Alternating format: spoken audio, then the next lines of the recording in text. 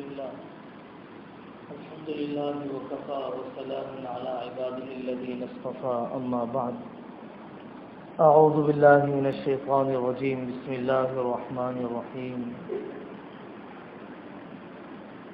سبحان الذي أسرى بعبده ليلا من المسجد الحرام إلى المسجد الأقصى الذي باركنا حوله لنريه من آياتنا إنه هو السميع البصير وقال تعالى والنجم إذا هوى ما ضل صاحبكم وما غوى وما ينطق عن الهوى إن هو إلا وحي يوحى علمه شديد القوى ذو مرة فاستوى وهو بالأفق الأعلى ثم دنا فتدلى فكان قاب قوسين أو أدنى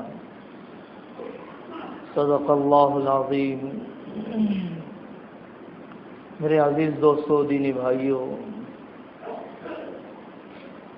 جو حدیث کے ماہر محدثین ہوتے ہیں انہوں نے بہت وضاحت سے لکھا ہے کہ رجب کے مہینے کی کوئی خاص فضیلت نہیں ہے، نہ ہی شب معراج 27ویں رات ماہ رجب المرجب کی، اس کی بھی کوئی خاص فضیلت نہیں ہے۔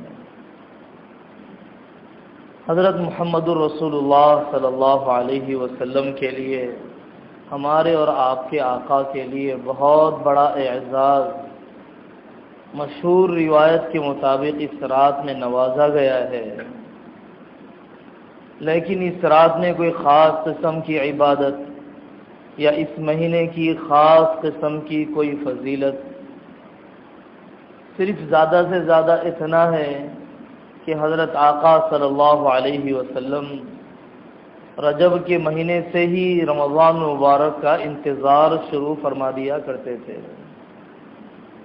بہت بڑے محدث ہیں علامہ ابن قیم جوزی رحمۃ اللہ علیہ، بہت بڑے محدث ہیں ابن رجب حنبلی رحمۃ اللہ علیہ۔ بعض علماء نے تو مستقل رسالہ لکھا ہے کہ رجب کے مہینے کے بارے میں بہت سی جو باتیں کہی جاتی ہے وہ غیر مستند ہے، وہ اتھینٹک نہیں ہے، لیکن اس موقع سے 27ویں شب کے موقع سے ہمارے یہاں رواج ہے کہ لوگ جمع ہو جاتے ہیں تو شب معراج کا واقعہ مفصل بیان کر دیا جاتا ہے۔ اب اس بیان کرنے کا مقصد ہرگز یہ نہیں ہے کہ رات کو جاگنا ہے، ہرگز یہ نہیں ہے کہ کسی طریقے سے سڑکوں پر وقت گزاری کرنا ہے، بلکہ اس کا مقصود یہ ہے کہ اس عنوان پر اور اس بہانے سے حضرت آقا صلی اللہ علیہ وسلم کے کمالات سے واقفیت ہوگی تو اتباع کا شوق بھی ہوگا، اور دوسرا مقصد یہ ہے کہ خاص طور پر جو درس عبرت سارے واقعے معراج میں ان عذابوں کا ہے جو حضرت رسول اللہ صلی اللہ علیہ وسلم کو عالم برزخ میں دکھلائے گئے۔ اللہ کرے کہ میرا یہ کہنا اور آپ حضرات کا یہ سننا حقیقت میں زندگی کچھ بدلنے کا سامان کر دے۔ اور پھر تیسرا مقصد اس واقعے کے مذاکرے کا یہ ہے کہ اللہ جل جلالہ عما نوالہ نے جن انعامات سے اپنے حبیب صلی اللہ علیہ وسلم کو نوازا ہے، اپنی خاص الخاص ملاقات میں، اور بعض تابعین اور صحابہ کے قول کے مطابق پوری بے حجابی اور اپنے دیدار کے ساتھ جن انعامات سے اللہ نے نوازا ہے، پوری امت اس انعام کی قدردانی کرنے والی بن جائے۔ چوتھا پہلو یہ ہے کہ حضرات انبیاء علیہم الصلاۃ والسلام کی جو ملاقاتیں ہیں، ان ملاقاتوں کی جو گفتگو ہے اس میں بہت سارے سامان عبرت ہیں، بہت سارے فقہی مسائل ہیں، بہت ساری حکمتیں ہیں، ہمیں بھی سہولت ہوتی ہے اپنی معاشرتی زندگی میں اسے سمجھنے کی۔ تو سب سے پہلی بات یہ ہے میرے بزرگوں، زندگی میں اللہ نے صرف مصیبت ہی مصیبت نہیں رکھی ہے، اور صرف اندھیرا ہی اندھیرا نہیں رکھا ہے۔ کسی کے ساتھ تنگیاں چمٹی ہوئی نہیں رہتی ہیں، بیماریوں کے بادل ہی ہمیشہ چھائے ہوئے نہیں رہتے ہیں، اللہ تعالیٰ تسلی کا سامان کر دیتے ہیں۔ حضرت رسول اللہ صلی اللہ علیہ وسلم پر بڑا مصیبت کا پہاڑ ٹوٹا ہے، چچا جان کا دنیا سے چلا جانا، زندگی کی غمگسار بیوی حضرت خدیجہ الکبریٰ رضی اللہ عنہا کا دنیا سے رخصت ہو جانا، وہی لوگ جانتے ہیں جن کی شریک حیات دنیا سے جب رخصت ہوتی ہے، اور وہ بیوی ہو جس نے تنگیوں کے زمانے میں ساتھ دیا ہو۔ دوسری بیویاں بھی ہیں، جب رسول اللہ صلی اللہ علیہ وسلم حضرت خدیجہ کا زیادہ تذکرہ فرماتے تو ان بیویوں کو غیرت آ جاتی تھی کہ آپ کو تو اللہ نے خدیجہ سے بہتر بھی بیویوں سے نوازا ہے، آپ انہی کا تذکرہ کیوں فرماتے ہیں؟ تو حضرت آقا صلی اللہ علیہ وسلم نے حضرت خدیجہ الکبریٰ رضی اللہ عنہا کا یہ فرماتے ہوئے ذکر کیا کہ انہوں نے ہمیں جب ساتھ دیا ہے جب ساری دنیا نے ٹھکرایا، اور ان کے مال نے اس وقت ہمیں نفع دیا جب ہمیں مال کی سخت ضرورت تھی۔ جتنی دوسری بیویاں ہیں وہ تو وہ ہیں جو خوشحالی کے زمانے میں نکاح میں آئی ہیں، استقبال کے زمانے میں نکاح میں آئی ہیں۔ حضرت خدیجہ الکبریٰ رضی اللہ عنہا کا دنیا سے رخصت ہو جانا اور طائف کا جانگداز واقعہ پیش آیا، دل ٹوٹ چکا ہے، تو اللہ جل جلالہ عمن والہ نے تسلی کا سامان کیا ہے، اپنے دیدار سے نوازا، معراج کا واقعہ پیش آیا۔ میں اسراء کہتے ہیں حضرت آقا صلی اللہ علیہ وسلم کے مکۃ المکرمہ سے بیت المقدس تک کے سفر کو، جس کا تذکرہ اللہ نے 15ویں پارے میں فرمایا، سبحان الذی اسری بعبدہ، اور معراج کہتے ہیں مسجد اقصی سے لے کر اللہ جل جلالہ عمن والہ سے ملاقات و دیدار تک کے سفر کو معراج کہا جاتا ہے، جس کا اشارہ اللہ تعالیٰ نے سورہ والنجم میں دیا ہے، والنجم اذا ہوا ما ضل صاحبکم وما غوا، اور پھر آگے کی آیتوں میں ہے عند سدرۃ المنتہی۔ تو واقعے کا پہلا حصہ بھی قرآن میں ہے اور دوسرا حصہ بھی قرآن میں ہے، اس لیے ایمان والا کوئی ایمان والا بن نہیں سکتا ہے جب تک کہ وہ معراج پر ایمان نہ لائے، اور معراج جسمانی ہے، معراج روحانی نہیں ہے، جسم کے ساتھ اللہ تعالیٰ نے یہ سارا سفر طے کروایا ہے، یہ کوئی روح کا سفر نہیں ہے، یہ کوئی خواب نہیں ہے، عالم خواب کی ملاقات نہیں ہے کہ آدمی کہاں سے کہاں پہنچ جاتا ہے۔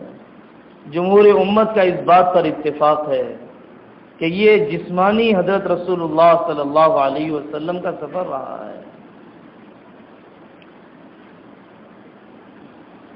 جب اللہ نے اتنے بڑے اکرام کا ذکر کیا ہے تو وہاں پر جس نام سے یاد کیا گیا، جب انعام کے لیے بلایا جاتا ہے تو لوگ کہتے ہیں کہ عزت مآب، اور فلاں مقرر، فلاں خطیب، فلانا منسٹر، فلانا قائد، اس کی اس صفت کو بیان کیا جاتا ہے جو ان کے کمالات کا خلاصہ ہو۔ جب اللہ تعالیٰ نے حضرت آقا صلی اللہ علیہ وسلم کے ساتھ اتنے بڑے اعزاز والے واقعے کا ذکر فرمایا ہے تو وہاں پر جس کمال اور خوبی کو ذکر کیا وہ عبدیت ہے۔ پاک ہے وہ ذات کے جس نے اپنے بندے کو راتوں رات سفر کرایا۔ تو اس آیت کے اندر ایک لطف تو یہ ہے کہ بندہ بننا یہ کمال ہے۔ حضرت رسول اللہ صلی اللہ علیہ وسلم کا سب سے بڑا کمال بندہ بننا ہے، باقی چیزیں تو بات کی ہے، سب سے پہلے بندہ بننا ہے۔ اور پھر اللہ تعالیٰ نے نسبت بھی اپنی طرف کی ہے، جس نے اپنے بندے کو بلایا کسی کو آدمی اپنا کہہ دیتا ہے، میرا خاص دوست ہے، جی بھر جاتا ہے آدمی کا جب کوئی اسے اپنی اپنائیت کا اظہار کرتا ہے۔ حضرت رسول اللہ صلی اللہ علیہ وسلم سے اللہ فرما رہے ہیں کہ پاک ہے وہ ذات کہ جس نے اپنے بندے کو اسرا بعبدہ، آدمی چہیتے لوگوں سے ملاقات کا وقت جب انتخاب کرتا ہے تو رات کا انتخاب کرتا ہے، محبوب سے ملاقات کا وقت انتخاب کرتا ہے تو رات کا کرتا ہے۔ رات میں دن کا شور شرابہ نہیں ہوا کرتا ہے، رات کی تنہائی میں دن کے ہنگامے نہیں ہوا کرتے ہیں۔ اللہ جل جلالہ عمن والہ نے معراج کے واقعے کے لیے رات کا انتخاب کیا، لیلا من المسجد الحرام الی المسجد الاقصی۔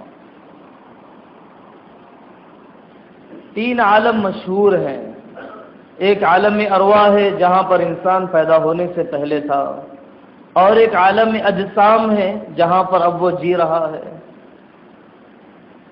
اور تیسرا عالم برزخ ہے جہاں پر وہ مرنے کے بعد جائے گا، اور چوتھا عالم آخرت ہے کہ جہاں پر وہ قیامت کے بعد پہنچے گا۔ تو عالم ارواح سے تو گزر رہا ہے، اب عالم اجسام میں ہے، یہاں پر جسم کی دنیا میں ہے، اور مرنے کے بعد برزخ ہے۔ قرآن نے کہا وَمِن وَرَائِهِمْ بَرْزَخٌ إِلَى يَوْمِ يُبْعَثُونَ، برزخ کہتے ہیں بیچ کی چیز کو۔ اللہ تعالیٰ نے قرآن کریم میں دوسری جگہ پر برزخ کے لفظ کو استعمال فرمایا ہے کہ میٹھے اور کھارے پانی کے درمیان ایک برزخ ہے جو ان دونوں کو ملنے نہیں دیتا ہے، برزخ لا یبغیان۔ تو جو برزخ کی زندگی ہے، قبر کی زندگی ہے، وہ اس عالم اجسام اور عالم آخرت کے درمیان کی زندگی ہے۔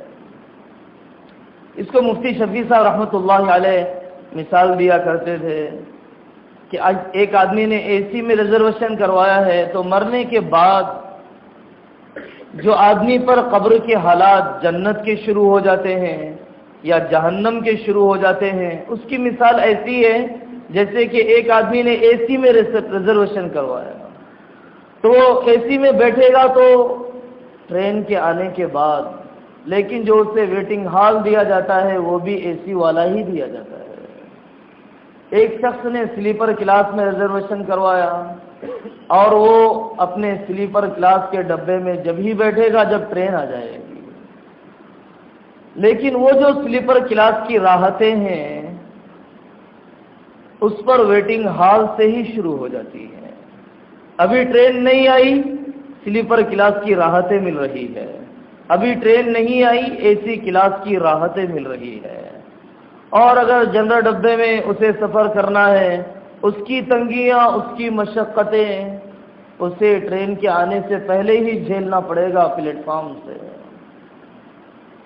یہ جو برزخی زندگی ہے یہ بھی ویٹنگ ہال کی طرح ہے کہ آدمی جنت میں تو جائے گا قیامت کے فیصلے کے بعد، اور آدمی جہنم میں تو جائے گا روز محشر کے فیصلے کے بعد، لیکن جنتی کے جنت میں جانے سے پہلے برزخ اور قبر والی زندگی میں اس کا ریزرویشن جہاں پر ہے اس کے حالات شروع ہو جائیں گے۔ اگر یہ جنتی ہے تو جنت کے حالات شروع ہو جائیں گے، اور اللہ نہ کرے اگر یہ جہنمی ہے تو اس کے اثرات بھی شروع ہو جائیں گے، نعمت کا اثر بھی شروع ہوگا، نقمت کا اثر بھی شروع ہوگا، رحمت کا اثر بھی شروع ہوگا، زحمت کا اثر بھی شروع ہوگا۔ تو حضرت رسول اللہ صلی اللہ علیہ وسلم کو جو احوال دکھائے گئے وہ برزخ کے احوال ہے۔ شاہ ولی اللہ محدث دہلوی رحمۃ اللہ علیہ نے، صوفیاء کرام نے اسے عالم مثال کہا ہے۔ ام ہانی رضی اللہ عنہا کے مکان میں قیام ہے، اور حضرت ام ہانی رضی اللہ عنہا مکہ المکرمہ میں ان کا مکان تھا۔ حضرت رسول اللہ صلی اللہ علیہ وسلم کو حطیم لایا گیا، اور وہاں سے حضرت جبرائیل علیہ السلام نے براق پر سفر کروایا ہے۔ سواری کے بغیر بھی تو سفر ہو سکتا ہے، لیکن ایک اعزاز ہے، اللہ جل جلالہ عمن والو نے بطور اعزاز کے سواری کا استعمال فرمایا ہے۔ جو اللہ چاہے تو مسافتوں کو سمیٹ دے، جو اللہ چاہے تو زمانے کو ٹھہرا دے، جو اللہ چاہے تو راتوں رات اتنا سفر کروا دیے ہیں، انہیں براق کی کیا ضرورت ہے؟ یا بطور اعزاز کے میزبان اپنی سواری کو بھیجتا ہے، بطور اعزاز کے میزبان اپنی سواری کے پاس اپنے خادم کو کھڑا کرتا ہے کہ مہمان کے اکرام کے ساتھ لایا جائے۔ حضرت رسول اللہ صلی اللہ علیہ وسلم کے سامنے براق پیش کیا گیا اور وہ مارے محبت کے شوخی میں آ گیا، مارے محبت کے وہ جھومنے لگ گیا۔ حضرت جبرائیل علیہ السلام نے اسے محبت کی کیفیت میں عظمت والا حال یاد دلایا کہ براق، تجھے پتا ہے کہ ان سے زیادہ کوئی باعزت ہستی تیرے پیٹھ پر نہیں بیٹھی ہے، اللہ جل جلالہ عمن والہ کے یہاں ان سے بڑی کوئی مقدس ہستی نہیں ہے۔ تو وہ شرمندہ ہو گیا۔ تو ایک محبت کی کیفیت ہوتی ہے، ایک تقاضا محبت کا ہوتا ہے اور ایک تقاضا عظمت اور ادب کا ہوتا ہے۔ ادب کا تقاضا تو ضبط کو چاہتا ہے، محبت تو بے ضبطی کو چاہتی ہے۔ حضرت جبرائیل علیہ السلام نے ضبط کرنا یاد دلایا۔ حضرت آقا صلی اللہ علیہ وسلم سوار ہو گئے۔ اب جو مناظر اصل دکھلائے گئے ہیں میرے بزرگوں، انبیاء علیہ السلام سے بڑا ایمان کسی کا نہیں ہو سکتا ہے۔ حضرات انبیاء علیہ السلام کی بینائی سے زیادہ کس کی بینائی ہو سکتی ہے؟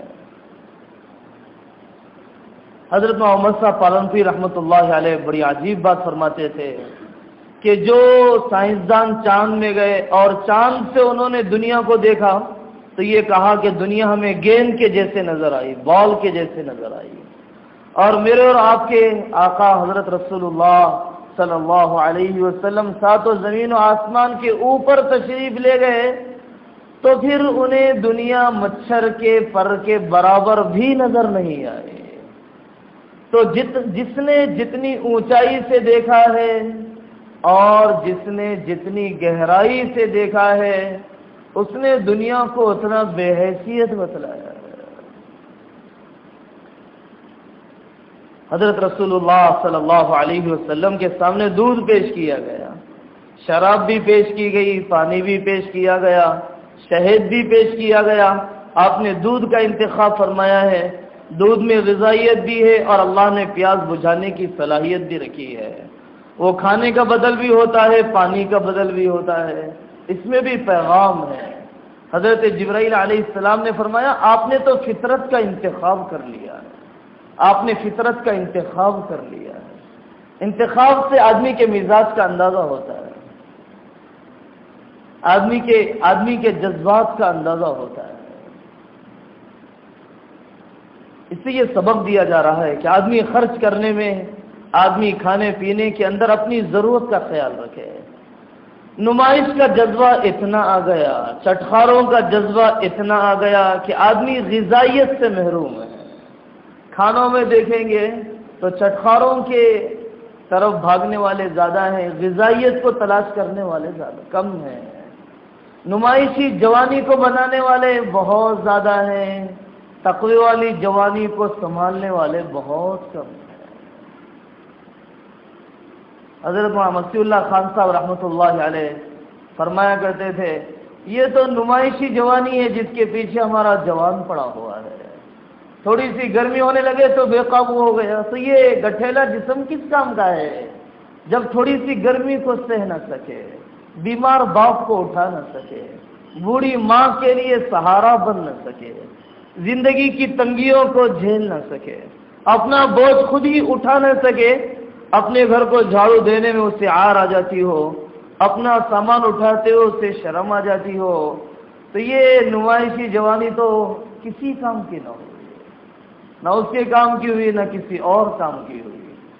حضرت رسول اللہ صلی اللہ علیہ وسلم کا یہ حسن انتخاب، اور پھر اتنے عالم ملکوت کی استعداد پیدا ہو جائے. جب آدمی چاند کی طرف جاتا ہے، جب آدمی ہوائی سفر پر نکلتا ہے، جب آدمی آسمانوں کی سیر و سیاحت پر نکلتا ہے، تو اس ماحول میں لے جانے کے لیے اسے خاص قسم کا لباس، اسے خاص قسم کی سواری انسانی دنیا کے اندر دی جاتی ہے. اللہ جل جلالہ عمن والہ نے عالم ملکوت میں آنے کی استعداد پیدا ہو، اس لیے اللہ تعالیٰ نے زمزم کے پانی سے جنت کے سونے کے تشت میں حضرت جبرائیل علیہ السلام کے ذریعے سے حضرت آقا صلی اللہ علیہ وسلم کے دل مبارک کو دھویا ہے. حکمت سے اسے بھر دیا گیا. 4 مرتبہ واقعہ پیش آیا شق صدر کا، 3 مرتبہ واقعہ پیش آیا شق صدر کا. علماء کے 2 قسم کے قول ہیں. ہمیں سمجھنا چاہیے ہمارے آقا صلی اللہ علیہ وسلم کا دل کتنا طاقتور ہے، کتنا طاقتور ہے. یہاں سے ساؤتھ والا نارتھ میں چلا جاتا ہے تو طبیعت اب نارمل ہو جاتی ہے کہ میں ٹھنڈے موسم سے گرم موسم میں آ گیا. اللہ کے کلام کو جو سینہ تحمل کر رہا ہو کیا طاقت ہوگی. 63 سال میں جن رسول صلی اللہ علیہ وسلم سے اتنا بڑا کام اللہ نے لے لیا، ان کے جسم اور روح کی طاقت کیا ہوگی. جن کے دل مبارک کو اللہ نے دھلوایا ہو زمزم کے پانی سے، اس دل مبارک کی نورانیت کا کیا حال ہوگا. اپنے نبی کو نہیں پہچانا ہے تبھی تو غیروں کے راستے پر جاتا ہے. حضرت رسول اللہ صلی اللہ علیہ وسلم نے حضرت جبرائیل علیہ السلام نے ایک جگہ پر نماز پڑھنے کا حکم دیا اور یہ فرمایا کہ یثرب ہے جہاں پر آپ ہجرت کریں گے. اور ایک جگہ پر حاضری ہوئی، یہ حضرت عیسیٰ علیہ السلام کے پیدائش کی جگہ ہے. اور ایک جگہ پر حاضری ہوئی، یہ وہ طور ہے جہاں پر حضرت موسیٰ علیہ السلام کو اللہ سے ہم کلامی نصیب ہوئی. ان مقامات کے بعد ایک جگہ سے حضرت آقا صلی اللہ علیہ وسلم کو لے کر گزر رہے ہیں. علامہ ابن کثیر رحمۃ اللہ علیہ فرماتے ہیں بڑی خوشبو محسوس ہوئی تو حضور نے پوچھا جبرائیل یہ خوشبو کس بات کی ہے.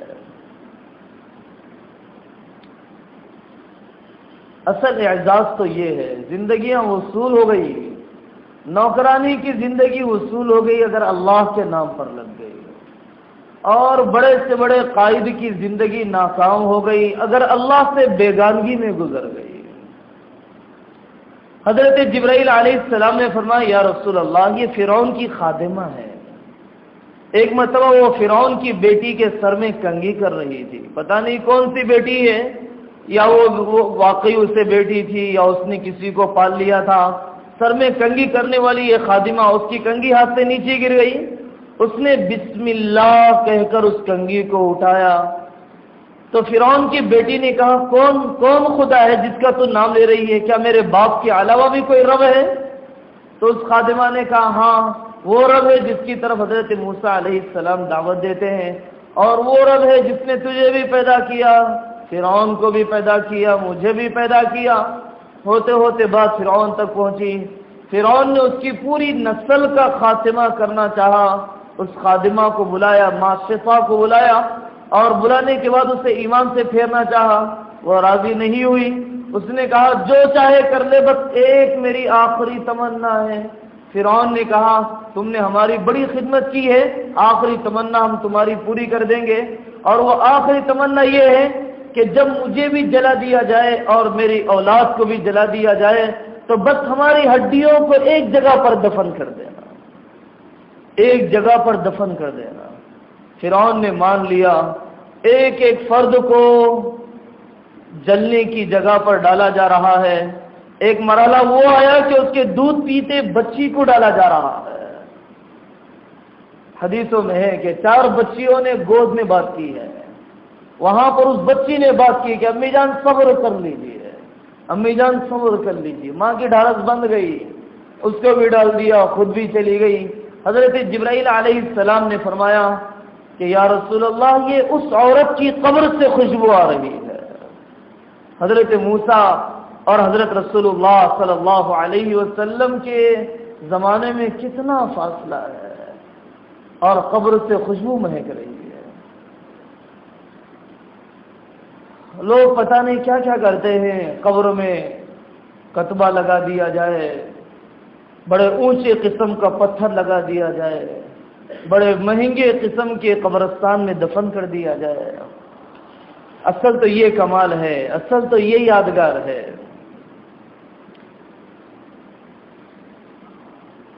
ایک قوم پر گزر ہوا کہ جو کچھ ہی وقت کے اندر زمین میں بوتے بھی ہیں، کاٹتے بھی ہیں۔ حضرت جبرائیل علیہ السلام نے فرمایا یہ اللہ کے راستے میں خرچ کرنے والوں کی مثال ہے، اللہ کے راستے میں خرچ کرنے والوں کی مثال ہے، جو اپنا بدلہ اللہ تعالیٰ سے بہت جلد لے لیتے ہیں۔ اللہ تعالیٰ نے قرآن میں ایک جگہ پر فرمایا جو اللہ کے لیے خرچ کر رہا ہے وہ گویا اللہ کو قرض دے رہا ہے۔ من یقرض اللہ قرضا حسنا، کون ہے اللہ کو اچھا قرض دینے والا؟ تو دنیا کا قرض تو واپس کیا جاتا ہے، اس میں تو اس زمانے میں تو اگر قرض دینا ہے تو صدقے کی نیت کر لے تبھی راحت رہے گی۔ اگر کوئی قرض دے کر واپسی کی امید رکھ رہا ہے تو بیچارہ نہ دن میں راحت سے رہ پائے گا نہ رات میں چین پائے گا۔ صدقے کی ہی نیت کر لے تو بڑی راحت رہے گی۔ اللہ فرما رہے ہیں کہ کون ہے جو اللہ کو قرض دے؟ ایک اللہ والے نے جب یہ قرآن کی آیت پڑھی کہ جو اللہ کے راستے میں خرچ کرتا ہے اللہ اس کا بدلہ اس سے عطا فرماتے ہیں، فَهُوَ يُخْلِفُ۔ ان اللہ والوں نے فرمایا کہ وہ بھی کیسا عاشق ہے جو اپنے محبوب پر خرچ کر کے اس کا بدلہ چاہتا ہو۔ نہیں، میں تو محبوب کی رضا چاہتا ہوں، محبوب سے بدلہ نہیں چاہتا ہوں، میں تو اللہ کی رضا چاہتا ہوں، اللہ سے بدلہ نہیں چاہتا ہوں۔ حضرت مولانا سعید احمد خان صاحب مکی رحمۃ اللہ علیہ سے کسی نے پوچھا حضرت آپ کے دسترخوان پر اتنے لوگ آ کر کھاتے ہیں، کیا آمدنی ہے آپ کی کیا آمدنی ہے؟ حضرت نے فرمایا کہ میرا خرچ ہی میری آمدنی ہے، میرا خرچ ہی میری آمدنی ہے، میرا خرچ ہی میری آمدنی ہے۔ کتنے لوگ ہیں تنخواہ ملتی ہے تو یہ جذبہ ہوتا ہے کہ ماں کو پہلے کپڑے سلاؤں، باپ کو پہلے کپڑے سلاؤں، بہنوں کو پہلے راضی کروں، کچھ سیونگ ہونی چاہیے مکان کے بنانے کے لیے، کچھ سیونگ ہونی چاہیے بچوں کے فیوچر کے لیے، کچھ سیونگ ہونی چاہیے اپنے علاج معالجے کے لیے۔ لیکن یہ سوچنے والے کتنے ہیں کچھ سیونگ ہونی چاہیے اپنی آخرت کے لیے، کہ ماہانہ اتنے فیصد میں اپنی آخرت کے لیے۔ اصل بیمہ تو یہ ہے، اصل انشورنس تو یہ ہے، صدقۃ السر تقی میتۃ السوء، چھپا کر دیا جانے والا صدقہ یہ بری موت سے بچاتا ہے، چھپا کر دیا جانے والا صدقہ بری موت سے بچاتا ہے۔ اخلاص لاؤ، اپنے صدقے میں اخلاص لاؤ، صدقہ دے کر مؤذن سے بدتمیزی نہ کرو۔ کچھ نہ ہو سکتا ہو لوگ آنے والے سفیروں کو چندہ دیتے بھی نہیں ہیں اور نہیں دے کر بھی کچھ نہ کچھ سلواتیں سنائی دیتے ہیں، سب کھا جانے والے ہیں۔ کون لگاتا ہے غریب بچوں پر؟ چندہ تو نہیں دیا ہے، چھری چلا دیا ہے دل پر۔ محبت کا بول نہیں بول سکتے تو زخم تو نہ دو۔ حضرت محمد صاحب پارمپی رحمۃ اللہ علیہ سے ایک مرتبہ ان کے صاحبزادے نے تنہائی میں حضرت سے پوچھا حضرت اخلاص کیسے پیدا ہوتا ہے؟ محمد صاحب پارمپی رحمۃ اللہ علیہ نے بڑی عجیب بات فرمائی، بیٹے ایسے آدمی پر احسان کر جس سے تجھے کوئی نفع کی دنیا میں امید نہ ہو۔ اگر تجھے اخلاص چاہیے تو ایسے آدمی پر احسان کر جس سے تجھے بدلے کی کوئی امید نہیں ہے، اللہ مل جائے گا۔ ایسے آدمی پر احسان کرو جس سے بدلے کی کوئی امید نہیں ہے۔ صدقہ ہے صدقہ۔ پہلے مائیں اپنے بچوں کو عادت ڈالتی تھی، اب جمع کرنے کے لیے غلہ رکھتی ہے نا۔ پہلے مائیں صدقے کا ڈبہ رکھا کرتی تھی، بیٹے سر درد ہو رہا ہے یہ 10 روپے لو اس غلے کے اندر ڈال دو، یہ صدقہ ہے۔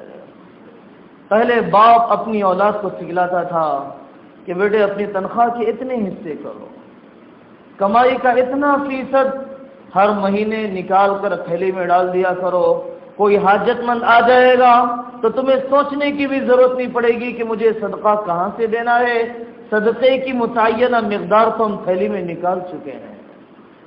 پہلے فقیر دروازے پر آتا تو بچے اپنی چھوٹی اولاد کو بھیجتے تھے، بیٹے جاؤ فقیر کو دالاؤ، جمع کرنے کے مزاج سے زیادہ اللہ کے راستے میں خرچ کرنے کا مزاج بن جائے۔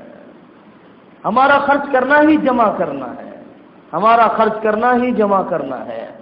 جب آدمی کا انتقال ہوتا ہے تو ساری دنیا یہ پوچھتی ہے کہ ذاتی مکان چھوڑا ہے، کچھ پینشن آ رہی ہے، کتنے بچے ہیں اس کے، کتنی بیٹیوں کی شادی باقی ہے، بچوں کی پڑھائیاں ہو گئی؟ تو ساری دنیا یہ سوال کرتی ہے کیا چھوڑا ہے، اور فرشتے یہ سوال کرتے ہیں کیا بھیجا ہے، کیا بھیجا ہے، یہاں پر آنے سے پہلے کیا بھیجا ہے۔ ایسے کر جاؤ، بہت ہے۔ ہمارا رسموں پر جتنا خرچ ہو رہا ہے، ہمارے سانچت پر جتنا خرچ ہو رہا ہے، اتنا ایک غریب کی بیٹی شادی ہو جا سکتی ہے، اتنے میں تو غریب کی بیٹی کی شادی ہو جا سکتی ہے۔ ہماری اولاد کی تیز رفتار گاڑیوں پر جتنا لگ رہا ہے، اتنے میں تو ایک بیوہ کا چولہا مہینے بھر جل جا سکتا ہے۔ توفیق چاہیے کہ اللہ اپنے کام کے لیے انسان کے مال کو قبول کر لے۔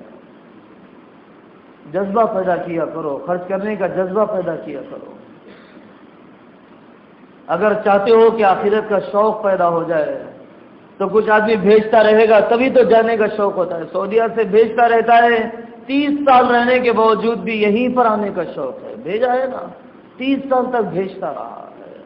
تو جہاں آدمی اپنی گاڑی پونجی بھیجتا ہے تو وہاں جانے کا اسے اشتیاق ہوا کرتا ہے، آخرت کی طرف بھیجتا رہے گا تو اسے وہاں پر جانے کا اشتیاق بھی ہوگا۔ حضرت رسول اللہ صلی اللہ علیہ وسلم نے دیکھا کچھ لوگ ہیں اپنے ناخنوں سے اپنے جسم کو نوچ رہے ہیں، اپنے جسم کو نوچ رہے ہیں۔ حضرت جبرائیل علیہ السلام نے فرمایا یہ وہ لوگ ہیں جو انسانوں کی بے عزتی کرتے ہیں، یہ وہ لوگ ہیں جو دوسروں کی بے آبروئی کرتے ہیں، یہ وہ لوگ ہیں جو دوسرے انسانوں کی پگڑیاں اچھالتے ہیں، انہیں مزہ آتا ہے ان کی کمیوں کے بولنے میں، ان کی زبان کو چٹخارا ملتا ہے دوسروں کے عیبوں کے تذکرے میں۔ غیبت وہی کرتا ہے جو عجب کی بیماری میں مبتلا ہوتا، میں اچھا ہوں اس لیے تو دوسروں کے عیبوں کا تذکرہ کر رہا ہے۔ غیبت کرنے والا سب سے پہلے جس کے سامنے وہ غیبت کرتا ہے اس کی نگاہوں میں گر گیا تو وہ بدصورت ہو گیا اپنا جسم نوچ کر۔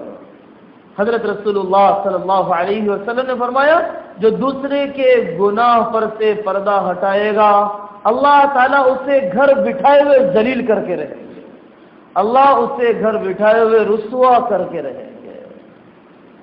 دوسروں کی عزتوں پر اپنی ماؤں کو سمجھاؤ، اپنی ماؤں کو سمجھاؤ۔ اگر تم اپنی بہو کی تربیت کرنا چاہتے ہو کبھی اس کے خاندان کو گرا کر بات نہ کرو۔ ساری مصیبت تو یہ ہے، بہو یہ نہیں کہتی ہے کہ آپ نے مجھے پکانے کی غلطی پر ٹوکا کیوں ہے، وہ اس پر شکایت بہت کم کرتی ہے کہ آپ نے جھاڑو نہیں دینے پر مجھے سخت سست کہا کیوں ہے، وہ یہ کہتی ہے کہ تم نے میرے خاندان کو گالی کیوں دی ہے، تم نے میرے ماں باپ کو ذلیل کیوں کیا ہے، تم نے ہمارے بھائیوں کے سلسلے میں ان کے مقام کو ذلیل کیوں کر دیا۔ خود نکاح میں یہ پیغام دیا جاتا ہے یا ایھا الناس اتقوا ربکم الذی خلقکم من نفس واحدہ، تمہارا باپ آدم ہے، تمہاری ماں حوا ہے، مٹی تمہاری ابتدا ہے اور مٹی ہی تمہاری منزل ہے، پھر کیا تیرا خاندان اور پھر کیا میرا خاندان ہے۔ اور اگر میں واقعی عزت والا ہوتا اللہ کی نگاہوں میں تو تقوی والا بھی ہوتا، تقوی والا ہی اللہ کی نگاہوں میں معزز ہے۔ ان اکرمکم عند اللہ اتقاکم، میرے گرے ہوئے ہونے کی علامت ہی یہ ہے کہ میں اللہ سے نڈر ہو کر دوسرے کے خاندان کو رسوا کر رہا ہوں۔ بے آبروئی نہ کرو، تربیت جس کی کرنا چاہتے ہو اس کو اپریشیٹ کیا جاتا ہے، اس کی ہمت افزائی کی جاتی ہے، اس کا شکریہ ادا کیا جاتا ہے۔ کبھی حرف غلط کی طرح کوئی بہو اپنی ساس کا شکریہ تو ادا کرے، کوئی ساس اپنی بہو کا شکریہ تو ادا کرے، کوئی داماد اپنے سسرال کی خوبی کو تو مانے اور کوئی سسرال اپنے داماد کے احسان کا تو اعتراف کرے۔ زبانیں سوکھ گئی ہیں، زبانیں سوکھ جاتی ہیں شکر ادا کرنے سے۔ جو دکھائی دینے والے انسانوں کا شکر ادا نہیں کرتا، وہ نہ دکھائی دینے والے اللہ کا کیا شکر ادا کرے گا؟ من لم یشکر الناس لم یشکر اللہ، جو انسانوں کا شکر ادا نہیں کرتا وہ اللہ کا شکر ادا نہیں کرتا۔ شکر ادا کرنے کا مزاج بے آبرو ہی نہ کرو، بھری محفل میں رسوا کر دیا۔ خاندان کی بڑی بہو ہوتی ہے، پوری محفل میں رسوا کر دیا، اسے کہیں تربیت ہوئی ہے؟ محفلوں میں نصیحت فضیحت ہوتی ہے، نصیحت تنہائی میں کی جاتی ہے، محفلوں میں نہیں کی جاتی ہے۔ حضرت رسول اللہ صلی اللہ علیہ وسلم نے دیکھا ایک آدمی ہے جس کو پتھر سے مارا جاتا ہے، سر کچل گیا، پھر دوبارہ پتھر لینے تک اس کا سر جڑ جاتا ہے۔ حضرت جبرائیل علیہ السلام نے فرمایا کہ یہ بے نمازی آدمی ہے، پیشانی اللہ کے سامنے ہی نہ جھکے تو یہ کس کام کی ہے؟ اگر یہ ناک اللہ کے سامنے ہی نہ رکھی جائے تو یہ کام ہی کیا ہے؟ کام ہی کیا ہے اگر یہ اللہ کے سامنے نہ رگڑی جائے؟ جلدی سونے کا عادی بناؤ، اللہ والوں کی عادت جلدی سونا ہے۔ جو دیر سے سو رہا ہے اس نے فجر کی نماز پڑھنے کی نیت ہی نہیں کی ہے۔ بڑھاپا آ گیا، بالوں کی سفیدی بھی آ گئی، آج تک بھی تہجد پڑھنے کا شوق تو بہت دور، فجر بھی باجماعت پڑھنے کا شوق پیدا نہ ہوا۔ کتنی آوارگی ہے۔ بوڑھیوں کو بھی شوق ہے رات کے 12 بجے فنکشن ہالوں میں، شہر کے کونوں میں جا کر کھانے کا۔ پورا گھر سو رہا ہے، کیا ہے؟ کیا کھلانے والے کو کیا ملے گا؟ کھانے والوں کو کیا ملے گا؟ جب اللہ کے اتنے بڑے حکم کو توڑ دیا ہے، جب اللہ کے اتنے بڑے حکم کو توڑ دیا ہے۔ میرے عزیزو، نماز کی پابندی کرو۔ جب لوگوں سے کہا جاتا ہے نماز کی پابندی کا معاملہ، دواخانوں میں لوگ یہ تو دیکھیں گے کہ سب سے زیادہ سہولت کہاں پر ہے، یہ نہیں دیکھیں گے کہ جہاں پر مجھے سانس نکل رہی ہو تو کلمہ تو کم سے کم پڑھا دیا جائے، آئی سی یو میں لے جا کے چھوڑ دیا جائے، بیچارے کو کلمہ پڑھانے والا بھی کوئی سہارا دینے والا بھی نہیں ہے۔ ایک صاحب میرے پاس آئے، بڑی عجیب بات کہنے لگے، مولوی صاحب میں نے اپنے بچوں سے کہہ دیا ہے کہ اگر میں مرنے کی کیفیت میں، نزاع کی کیفیت میں نظر آؤں، ہرگز مجھے دواخانہ نہ لے جانا، ہرگز مجھے دواخانہ نہ لے جانا، مجھے کلمہ پڑھانے والے چاہیے، مجھے آئی سی یو میں چھوڑنے والے نہیں چاہیے، مجھے سورہ یاسین پڑھنے والے چاہیے، مجھے نامحرم نرسوں کے حوالے کرنے والے نہیں چاہیے۔ یہ جذبہ پیدا کرو۔ نمازی بن کے جیے گا تو نمازی بن کے مرے گا۔ ابھی میں گجرات گیا تھا تو وہاں پر ایک قاری صاحب سے ہماری ملاقات ہوئی، تو وہ قاری صاحب اپنے استاذ کا واقعہ سنا رہے تھے کہ میرے استاذ کی پوری زندگی سادی سیدھی قرآن پڑھانے میں گزر گئی۔ وہ امتحان لینے کے لیے گاؤں میں گئے اور امتحان لیتے ہوئے بچے نے قرآن سنانے میں غلطی کی، انہوں نے اس کو لقمہ دیا اور ان کی آخری سانس نکل گئی۔ بے نمازی بن کے جیو گے تو بے نمازی بن کے مرو گے، قرآن پڑھ کے جیو گے، قرآن پڑھ کے مرو گے۔ حضرت مولانا اظہار الحسن صاحب رحمۃ اللہ علیہ، حضرت مولانا اظہار الحسن صاحب رحمۃ اللہ علیہ نظام الدین میں بیٹھے ہوئے تھے، مشورہ ہو رہا ہے، تبلیغ کا مشورہ ہو رہا ہے۔ اتنے میں حضرت مولانا عمر صاحب پالمپور رحمۃ اللہ علیہ بازو بیٹھے ہوئے تھے، یہ ایسے جیسے کوئی مہمان آ رہا، السلام علیکم ورحمۃ اللہ، یہ کہا اور ان کی روح پرواز کر گئے۔ تو جتنے آس پاس لوگ بیٹھے ہوئے تھے وہ حیران تھے، کوئی تو ہمیں نظر نہیں آ رہا ہے، کس کو یہ سلام کر رہے تھے، کس کو یہ سلام کر رہے تھے؟ جس دن میں نے فجر کی نماز چھوڑ دی، اگر وہی رات میری زندگی کی آخری رات ہو جائے، جس دن ناجائز دیکھتے ہوئے سو گیا، اگر وہی سانسیں زندگی کی آخری سانس ہو جائے۔ حضرت عمر رضی اللہ عنہ کو سوچو، آنکھیں نکلی پڑی ہوئی ہے، اس حال میں بھی نماز قضا نہیں ہو رہی ہے۔ اگر پیشاب کی نالی لگی ہو تب بھی نماز معاف نہیں ہے، معذور کے مسائل لکھے ہیں، اگر ڈلے سے سر ہو اس کے مسائل بھی لکھے ہیں، اگر حاملہ ہو تو اس کے مسائل بھی لکھے ہیں۔ ان بیچاری عورتوں کو سمجھاؤ، ان کے کچھ خاص دن بھی ہوا کرتے ہیں، ان خاص دنوں میں نماز نہیں پڑھتی ہیں۔ واقعی صاحب رحمۃ اللہ علیہ بڑی عجیب بات فرماتے تھے کہ آج تک میں نے یہ تو سنا ہے کہ عورتوں کے خاص دن ہوتے ہیں، اس کے بعد وہ نہا کر نماز پڑھنے کے لیے کھڑی ہو جاتی ہیں۔ مجھے پتا نہیں تھا کہ مردوں کے بھی خاص دن ہوتے ہیں جو جمعہ میں ختم ہوتے ہیں۔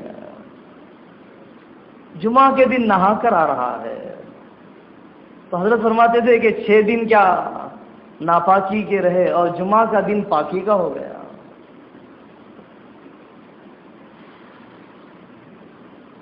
حضرت رسول اللہ صلی اللہ علیہ وسلم نے ایسی قوم کو دیکھا کہ جو آگ کے انگارے کھا رہے ہیں اور وہ پیچھے کے راستے سے نکل جاتے ہیں۔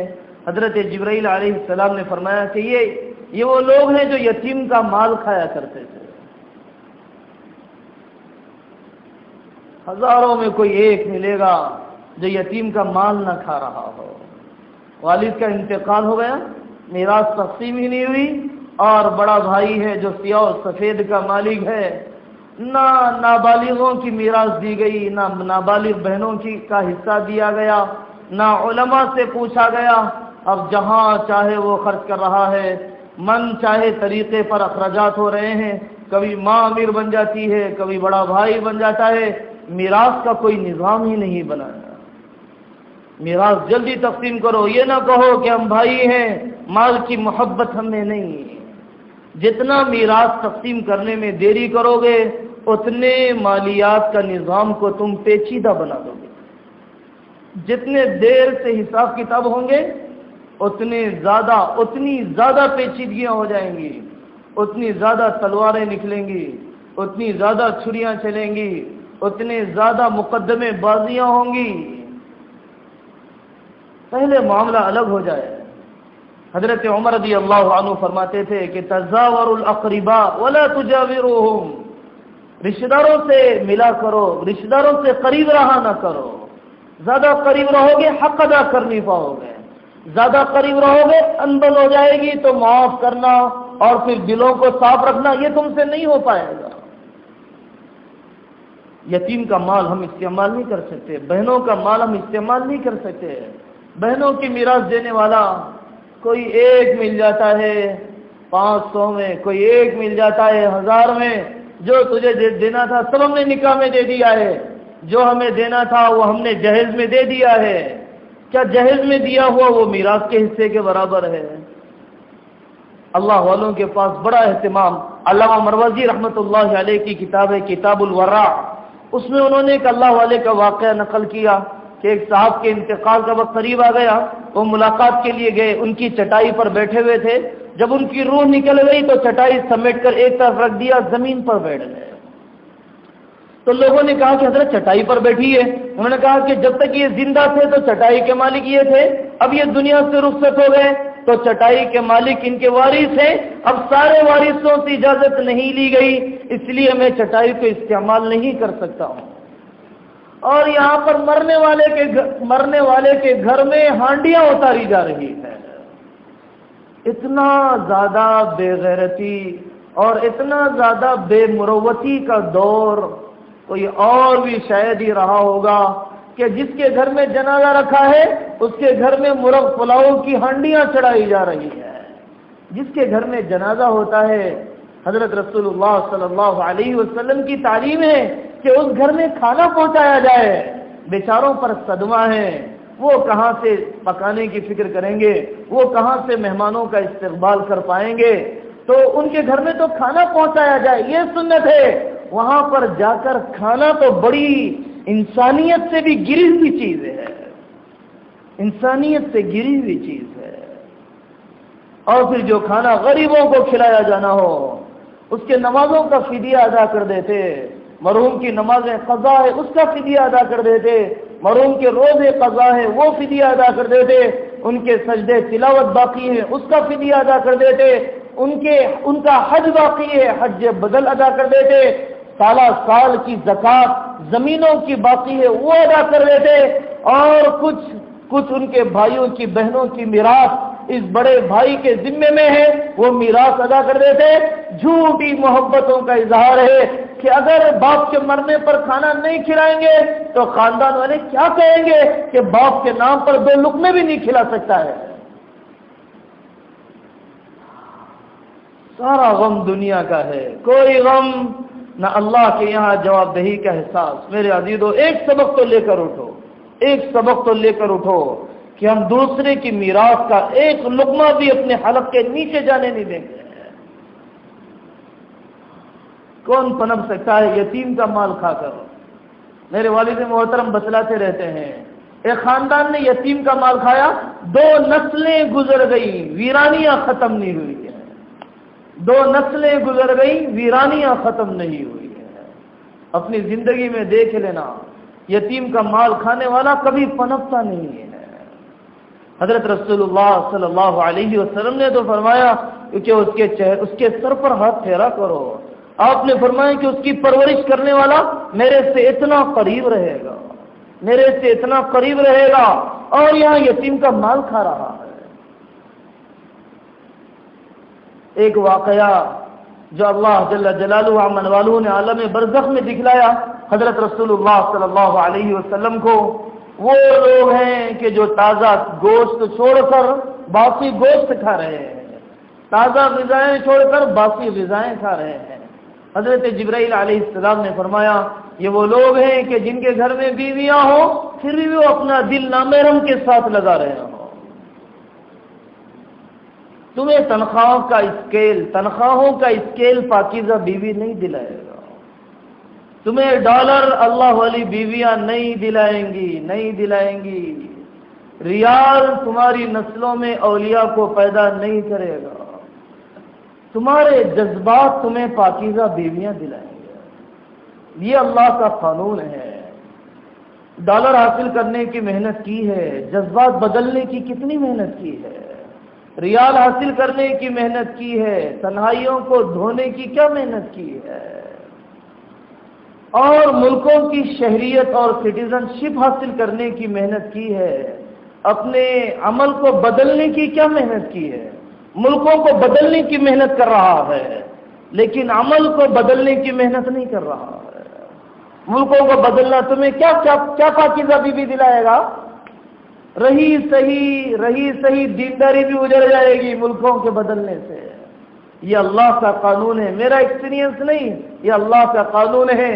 الطیبات للطیبین والطیبون للطیبات الخبیثات للخبیثین والخبیثون للخبیثات۔ آج میری ماں بھی کہتی ہے کہ میرے بیٹے کے پاس ذاتی مکان ہے، اچھی بیوی مل جائے گی اسے، نہیں ملے گی۔ میرا بیٹا انجینئرنگ کر چکا ہے اور میری بیٹی ڈاکٹری کر چکی ہے، اسے کیوں نہیں ملے گا تقوی والا شوہر؟ نہیں ملے گا جب تک کہ اس کا دل ستھرا نہ ہو۔ الخبیثات للخبیثین والخبیثون للخبیثات۔ ستھرے مردوں کے لیے ستھری عورتیں اور گندے مردوں کے لیے گندی عورتیں۔ نکاح کے بعد بھی جس نے اپنی نگاہوں کی حفاظت نہیں کی اس کا دل اپنی بیوی کے پاس کیا لگے گا؟ حضرت حکیم اختر صاحب رحمۃ اللہ علیہ وہ فرمایا کرتے تھے کہ حسن معلوم کی حسرت بہت زیادہ ہے، حسن نامعلوم کی حسرت بہت کم ہے۔ میرے سامنے سے نامحرم جا رہی ہے، میں نے نہیں دیکھا تب بھی تکلیف ہوتی ہے، میں نے دیکھ لیا اس کے بعد تو تکلیفوں کا ایک تسلسل ہے۔ تو وہ یہ فرماتے ہیں کہ میں نے ایک حسن کو جان لیا تو اس کے بعد کی تکلیفیں بہت زیادہ ہے، اور میں نے ایک حسن کو نہیں جانا تو حسن نامعلوم کی حسرت اور مصیبت کم ہے۔ اتنی ہے کہ نگاہ میں نے نیچے کر لیا اس کے بعد تو عبادت کی لذت ہے۔ بڑھاپے میں بھی نگاہیں پاک نہ ہوئی، نکاح کے بعد بھی نگاہیں پاک نہ ہوئی، دواخانوں میں رہ کر بھی نگاہیں پاک نہ ہوئی۔ پاکیزہ زندگیاں لاؤ میرے عزیزوں، جب تک خیال پاک نہیں ہوگا عمل پاک نہیں ہوگا، اور خیال جب ہی پاک ہوگا جب نگاہیں پاک ہوں۔ نگاہوں کی پاکی سے خیال کی پاکی، خیال کی پاکی سے عمل کی پاکی جڑی ہوئی ہے۔ محنت کرنا پڑتا ہے، لگے رہنا پڑتا ہے، ایسا نہیں ہے کہ وہ چیز نہ ہو سکتی ہو۔ حضرت قاری امیر حسن صاحب رحمۃ اللہ علیہ فرماتے تھے اس زمانے میں جو اپنی بیوی کا عاشق ہو واقعی اللہ کا ولی ہے۔ بیوی کا عاشق، ساتھ میں کام کرنے والے کے عاشق۔ نکاحوں سے پہلے تو لوگ لمبی لمبی گفتگو کرنے کی عادت ہوتی ہے، نکاح کے بعد تو بیچاری ترس جاتی ہے، کوئی بات کرنے والا بھی تو مجھے ملے۔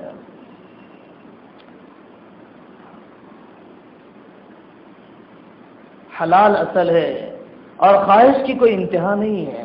حضرت حکیم الامت رحمۃ اللہ علیہ فرماتے تھے اگر کوئی آدمی ساری دنیا کی عورتوں سے بھی زنا کر لے تو اس کی ہوس کبھی نہیں بھرے گی، اس کی ہوس نہیں بھرے گی، اس کی ہوس نہیں بھرے گی۔ جو دیندار ہیں ان پر بھی پردہ ضروری ہے، شرعی پردہ زندہ کرو، شرعی پردہ زندہ کرو، رواجی پردہ یہ کوئی پردہ نہیں ہے۔ میری بیٹی برقع پہن کر کالج جاتی ہے، کون ہے پڑھانے والا؟ حسن بصری ہے پڑھانے والا۔ بازو بیٹھنے والی کون ہے؟ رابعہ بصریہ ہے۔ آٹو ڈرائیور کون ہے؟ وقت کا بہت بڑا قطب و ابدال ہے۔ تب بھی تو نے شیطان کے حوالے کر دیا ہے، تب بھی تو نے شیطان کے حوالے کر دیا ہے۔ حیدرآبادیوں، اگر تم نے ان نامحرموں کے ساتھ کالجوں میں نہ چھوڑا ہوتا تو تمہارے کالج مدرسے بن گئے ہوتے، تمہارے کالجوں میں شرعی پردے کے حدود زندہ کر دیے گئے ہوتے، لیکن ہم نے حوالے کر دیا ہے۔ ہم ان کی بے حیائی پر راضی ہو گئے ہیں، ہم بے غیرتی کے واقعات پر مفاہمت کر چکے ہیں۔ یہ بھائی راضی ہے جو کچھ وہ دوسروں کے ساتھ کر رہا ہے اور جو کچھ اس کے بھائی اس کی بہن کے ساتھ ہو رہا ہے۔ یہ باپ راضی ہے جو کچھ اس دوسروں کی بیٹیوں کے ساتھ ہو رہا ہے اور جو کچھ اپنی بیٹی کے ساتھ ہوگا اس پر یہ باپ راضی ہو چکا ہے۔ ورنہ کیا بات ہے کہ جاننے کے باوجود بھی اس گٹر میں چھوڑنے کے لیے تیار۔ خالق فطرت اللہ ہے، اللہ۔ یہ نہ کہو کہ نگاہوں میں پردہ ہوتا ہے، نگاہوں میں حیا ہوتی ہے۔ قرآن حضرت عائشہ سے کہہ رہا ہے، قرآن حضرت عائشہ سے کہہ رہا ہے قل للمؤمنین یغضوا من ابصارہم وقل للمؤمنات یغضضن من ابصارہن۔ عائشہ کو بھی اپنی نگاہیں نیچی رکھنا ہے۔ حضرت ابوبکر کی بیٹی سے قرآن کہہ رہا ہے، حضرت زینب سے قرآن کہہ رہا ہے وَإِذَا سَأَلْتُمُوهُنَّ مَتَاعًا فَاسْأَلُوهُنَّ مِنْ وَرَاءِ حِجَابٍ۔ تمہیں نامحرم سے کوئی چیز پوچھنا ہو پردے کے پیچھے سے پوچھو۔ صحابہ بھی حضرت عائشہ رضی اللہ عنہ سے کوئی چیز پوچھنے کے لیے آتے تو پردے کے پیچھے سے پوچھتے تھے۔ قرآن کہہ رہا ہے یدنین علیہن من جلابیبہن، تمہیں وہ جلباب اوڑھنا ہے کہ جس میں سوائے بائیں آنکھ کے کچھ اور نظر نہ آئے۔ تو یہ تو خیر القرون کے دور میں مسجد میں آنے والی کے لیے جس زمانے میں جائز تھا اس زمانے میں اجازت نہیں تھی کہ خوشبو لگا کر جائے، اور ہماری بیٹیاں کالج خوشبو لگا کر جاتی ہیں یا ایسا کپڑا پہن کر جاتی ہیں جو نگاہوں کو کھینچنے والا ہو۔ ہماری بیٹیوں کا برقع تو وہ ہے جس پر کوئی اور برقع پہنایا جانا چاہیے۔ ہرگز نہیں ہوگا۔ جب نگاہیں گندی ہو جائیں گی دل ناپاک ہو جائے گا۔ جب شرعی پردہ زندہ نہیں ہوگا، کتنے لوگ ہیں بیویوں کو چھوڑ دیا نوکرانی سے نکاح کر رہا ہے۔ لوگ کہتے ہیں نوکرانی سے کیا پردہ؟ چچیرا بھائی وہ چاچی کو لے کر چلا گیا امریکہ، چچی سے کیا پردہ؟ صاحب بچپن سے دیکھا ہے الا یعلم من خلق وهو اللطیف الخبیر، کیا جس نے پیدا کیا وہ اللہ نہیں جانے گا؟ کیا جس نے پیدا کیا وہ اللہ نہیں جانے گا؟ وهو اللطیف الخبیر۔ جب کہا جاتا ہے کہ دیور سے پردہ کرو تو لوگ کہتے ہیں دیور بھائی سے، تجھے بھائی پہ شک ہو رہا ہے، تجھے بھائی پر شک ہو رہا ہے؟ ہاں مجھے نفس پر شک ہو رہا ہے۔ الحم الموت، حضرت رسول اللہ صلی اللہ علیہ وسلم نے فرمایا الحم الموت، دیور تو موت ہے۔ عربی زبان کا ایک لہجہ ہے کہ جیسے موت سے ڈرتے ہو ویسے دیور سے تمہیں پردہ کرنا ہے، دیور سے تمہیں پردہ کرنا ہے۔ پردہ کرنا اپنی جگہ پر، خدمت کرنا اپنی جگہ پر۔ ہم خدمت کرنے سے منع نہیں کر رہے، کوئی نامحرم آ جائے تو اس کا گھر میں اکرام کرنے، پکانے، کھلانے سے منع نہیں کر رہے، ہم منع کر رہے ہیں بے پردگی سے، منع کر رہے ہیں بے پردگی سے۔ حج میں پردہ معاف نہیں ہے، کالجوں میں کیسے معاف ہو جائے گا؟ اے کالجوں کے چلانے والے شرم کرو، شرم کرو۔ وہ ایم سیٹ میں رینک آ گیا، چوراہے پر بیٹی کی تصویر لٹکا رہا ہے۔ وہ بائی پی سی کے قابل ہو گئی، ایم بی بی ایس کی سیٹ مل گئی، 60,000 منصف تو 60,000 چھپتا ہے نا ساری دنیا میں، سارے ہندوستان میں سب سے زیادہ سرکولیشن منصف کا ہے، اس کے فرنٹ پیج پر میری بیٹی کی فوٹو آ رہی ہے، ایم بی بی ایس کے قابل، ایم بی بی ایس کے قابل، ڈگری کے ملنے سے پہلے اور ڈاکٹر کے بننے سے پہلے اور رشتے کے لگنے سے پہلے اس نے حسن و جمال کا نیلام کر دیا ہے، حسن و جمال کو بازار حسن میں قیمت لگا دی ہے۔ کون ہے یہ مسلمان جس کی بیٹی کی تصویر چوراہوں پر آویزاں کی جا رہی ہے؟ یہ مسلمان نہیں ہے، یہ مسلمان نہیں ہے۔ مسلمان وہ تھا کہ جب اس کی ڈولی نکلتی تھی تو غیر پڑوسی پوچھا کرتے تھے کیا تمہاری کوئی بیٹی بھی تھی، کیا تمہاری کوئی بیٹی بھی تھی؟ یہ مسلمان تھا۔ حیا ہی چلی گئی تو کیا جوہر رہا، حیا ہی چلی گئی تو کیا اسکلس رہی۔ حیا سب سے بڑا کمال ہے، حیا سب سے بڑا کمال ہے۔ ایسا نہیں ہے کہ پردہ زندہ نہیں ہو سکتا، آج بھی اللہ کی بندیاں ہیں، آج بھی اللہ کی بندیاں۔ میں نے ایک اللہ کی بندی کو دیکھا، میری خوش قسمتی تھی کہ میں نے اس اللہ کی بندی کو دیکھا، پوری زندگی گزر گئی، وہ اپنے دیور کی بھی خدمت کرتی، اس کا سسرا بھی اس سے راضی، اس کی ساس بھی اس کی تعریف کرتی، اس کے دشمن بھی اس کی خوبیوں کا اعتراف کرتے، لیکن اس کے دیور نے اس کا ہاتھ بھی کبھی نہیں دیکھا ہے۔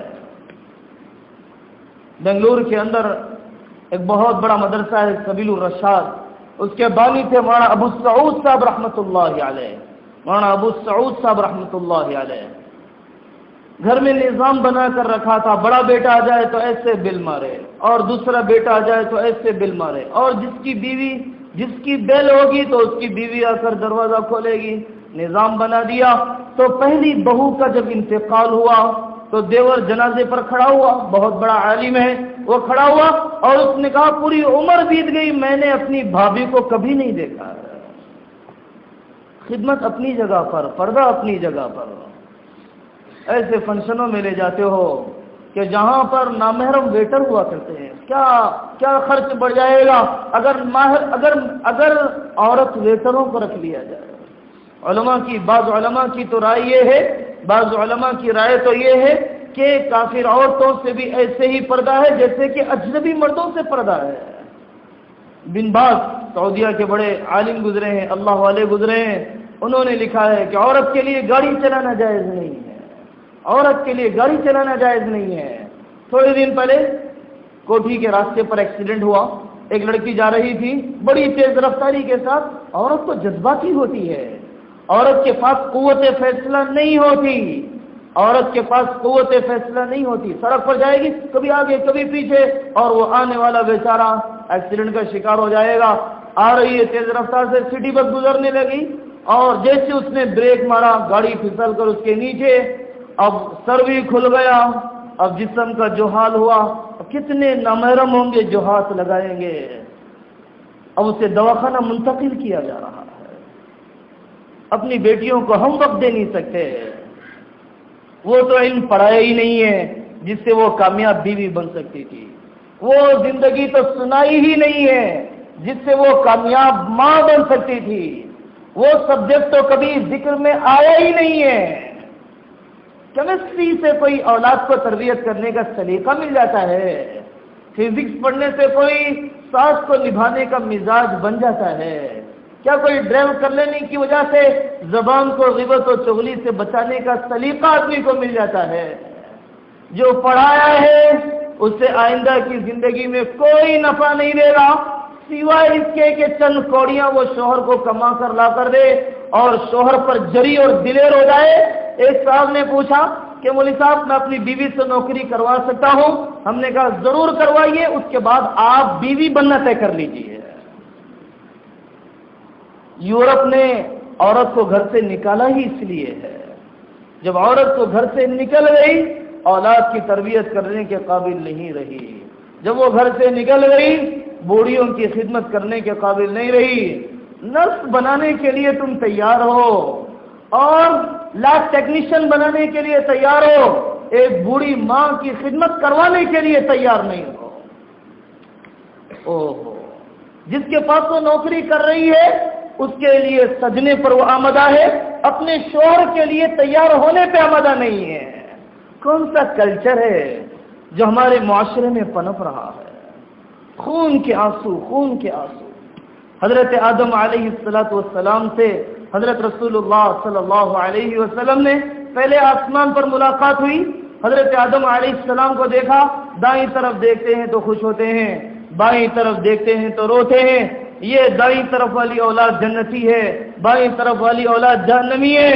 اس نظر سے بھی آج رات میں اپنی اولاد کو دیکھ لینا، میں بھی اپنی اولاد کو دیکھوں، آپ بھی اپنی اولاد کو دیکھیں، میری اولاد جنتی بن رہی ہے یا میری اولاد جہنمی بن رہی ہے۔ یہ باپ کو اصل درد ہوا کرتا ہے، یہ باپ کو اصل درد ہوا کرتا ہے۔ حضرت رسول اللہ صلی اللہ علیہ وسلم نے دیکھا کہ وہ لوگ جو اپنے مالوں کی زکات ادا نہیں کرتے، چیتھڑے بندھے ہوئے ہیں، ذلیل و رسوا ہے کہ انہوں نے فقیروں کا اپنا تو کھا ہی لیا اور فقیروں کا حق بھی کھا لیا، اپنا تو 39 تو کھا ہی لیا، 40واں بھی کھا لیا، حالانکہ 40واں تو اس سے اللہ کے راستے میں دینا چاہیے تھا۔ حضرت رسول اللہ صلی اللہ علیہ وسلم مسجد اقصی میں تشریف لائے، وہاں پر اپنی 2 رکعت نماز پڑھی، حضرت جبرائیل علیہ السلام نے براق کو باندھا۔ معراج کی سچائی پر ایک واقعہ ہے۔ ہرقل روم میں حضرت ابو سفیان رضی اللہ عنہ مسلمان نہیں ہوئے تھے، حضرت رسول اللہ صلی اللہ علیہ وسلم نے اس اٹلی کے بادشاہ کو خط بھیجا کہ مسلمان ہو جا، تو قیصر روم نے ابو سفیان سے پوچھا کہ یہ جو لیٹر آیا ہے محمد کے بارے میں تمہارا کیا خیال ہے؟ ابو سفیان سے وہ سوالات کرتا رہا، ابو سفیان جواب دیتے رہے۔ ابو سفیان نے سوچا کہ کوئی ایسی بات کہوں جو حضرت محمد رسول اللہ صلی اللہ علیہ وسلم کے جھوٹا ہونے کو اس کے دل میں پیدا کر دے، اور کچھ حضرت آقا صلی اللہ علیہ وسلم کا مقام اس کی نگاہوں میں گر جائے۔ حضرت ابو سفیان کافر ہیں لیکن کوئی شوشہ نہیں مل سکا، بہت دماغ پر زور لگایا تو یاد آیا کہ بادشاہ سلامت محمد یہ کہتا ہے کہ میں راتوں رات بیت المقدس بھی گیا، 7 زمین و آسمان کی سیر بھی کر کے آیا، بتائیے اتنا نامعقول بات کرنے والا اللہ کا نبی ہو سکتا ہے؟ تو قیصر روم بھی حیران، لیکن اتنے میں ایک پادری بیٹھا ہوا تھا، اس نے کہا یہ بات سچ ہو سکتی ہے، یہ بات سچ ہو سکتی ہے۔ یہ جس رات کا واقعہ بتلاتا ہے، اس رات میں یہ حادثہ پیش آیا کہ میں سارے بیت المقدس کے دروازوں کو بند کرنا چاہ رہا تھا، ایک دروازہ بند نہیں ہو رہا، میں نے بہت زور لگایا، مزدوروں کو بھی بلایا، لیکن وہ دروازہ بند نہیں ہو سکا۔ صبح ہو گئی، میں نے دیکھا کہ دروازہ کھلا ہوا ہے، اور میں نے جانوروں کے بندنے کی جگہ پر دیکھا کہ صاف کر کے وہاں پر رسی باندھی گئی ہے۔ اندازہ ہوا کہ واقعی اللہ نے کسی اپنے چہیتے بندے کے لیے غیبی انتظام فرمایا کہ آج رات اللہ نے دروازے کو بیت المقدس کے کھلا رکھا دیا ہے۔ تو ہرقل روم بھی حیران۔ حضرت رسول اللہ صلی اللہ علیہ وسلم کے سفر معراج کی سچائی پر ایک حصی دلیل ہے۔ حضرت آدم علیہ السلام سے ملاقات ہوئی، حضرت آدم علیہ السلام استقبال فرما رہے ہیں کہ بیٹے کو مرحبا، نبی کو مرحبا، بیٹا آگے بڑھ گیا، ترقی، خوشی ہو رہی ہے کہ میرا بیٹا آگے بڑھ رہا ہے۔ حضرت آدم علیہ السلام کو حسد نہیں آیا کہ مجھے پیدا ہو کر میرے سے آگے نکل گیا، تو کیا میرے سے آگے بڑھ جائے گا؟ آج اولاد سے باپ یہی تو کہتا ہے نا کہ میں نے تو داڑھی نہیں رکھی، تو کیوں داڑھی رکھتا ہے؟ بہت آ گیا فجر کی نماز پڑھنے والا، بہت آ گیا تقویٰ بگارنے والا، یہ مسئلے مجھے نہ سمجھایا کر۔ یہ وہ باپ ہے کہ جو اپنی اولاد کی علمی اور روحانی ترقی نہیں چاہتا ہے، یہ وہ باپ ہے جو اپنی اولاد کی پرواز نہیں چاہتا ہے، یہ وہ باپ ہے جو ان اولاد کے اللہ سے تعلق مع اللہ میں بڑھنے پر پنپنا اور روز افزوں ترقی کرنا نہیں چاہتا ہے۔ خوش ہو جاؤ جب اولاد آگے بڑھ رہی ہو۔ عقل کا عمر سے کوئی تعلق نہیں ہے، کم عمر والا زیادہ عقل والا ہو سکتا ہے، کم عمر والا اللہ کے یہاں زیادہ چہیتا ہو سکتا ہے۔ حضرت عمر بن عبدالعزیز رحمۃ اللہ علیہ کے پاس ایک آدمی اپنے قبیلے کا نمائندہ بن کر آیا. حضرت عمر بن عبدالعزیز نے اس کم عمر بچے کو دیکھا تو کہا تیرے قبیلے میں کوئی بوڑھا نہیں ہے, اس سے بولا میں تجھ سے بات نہیں کروں گا. تو اس بچے نے کہا عمر عقل کا عمر سے کوئی تعلق نہیں ہے. اگر عقل کا عمر اور ایج سے کوئی تعلق ہوتا تو تجھے بادشاہ کیوں بنایا جاتا؟ کتنے بوڑھے ہیں جو تجھ سے زیادہ عمر رکھنے والے ہیں. یہ کہنے کا ہرگز مقصد نہیں ہے کہ بوڑھوں کا اکرام نہ کیا جائے. اکرام اپنی جگہ پر, بدتمیزی بھی نہیں کرنا ہے, لیکن اپنے دین پر مضبوطی بھی اپنی جگہ پر چاہیے. وَصَاحِبْهُمَا فِي الدُّنْيَا مَعْرُوفًا. کافر ماں باپ سے بھی بدتمیزی جائز نہیں ہے. کافر ماں باپ سے بھی بدتمیزی جائز نہیں ہے. تم میرا باپ اگر بے نمازی ہو تو بدتمیزی کیسے جائز ہو جائے گی؟ مجھے تو اکرام سے سمجھانا ہے, مجھے تو ان کے لیے روزہ رکھ کر ان کے دل کو اللہ سے بدلوانا ہے, مجھے تو راتوں میں ان کا نام لے کر دعا کر کے اللہ سے فیصلے کروانا ہے, مجھے تو اخلاق کے ذریعے سے ان کے دل کو جیتنا ہے. زبان زوری سے کبھی کوئی کسی کے دل کو جیت نہیں پا سکتا. حضرت آدم علیہ السلام خوش ہو رہے ہیں. ایک ایک آسمان پر جن جن انبیاء علیہ السلام سے ملاقات ہوئی, اس کے پیچھے علماء نے بڑے اسرار اور رموز لکھے ہیں. جو حالات ان پر آئے, ان نبیوں پر آئے, تم پر بھی آنے والے ہیں. تم کو بھی ایسے ہی جمنا ہے جیسے کہ وہ نبی جم گئے. حضرت یحییٰ اور حضرت عیسیٰ علیہ السلام سے ملاقات ہوئی, حضرت یوسف علیہ السلام سے ملاقات ہوئی, حضرت ادریس علیہ السلام سے ملاقات ہوئی, حضرت ہارون سے ملاقات ہوئی, حضرت موسیٰ علیہ السلام سے ملاقات ہوئی, اور پھر ساتویں آسمان پر حضرت ابراہیم علی نبینا وعلیہ السلام سے ملاقات ہوئی.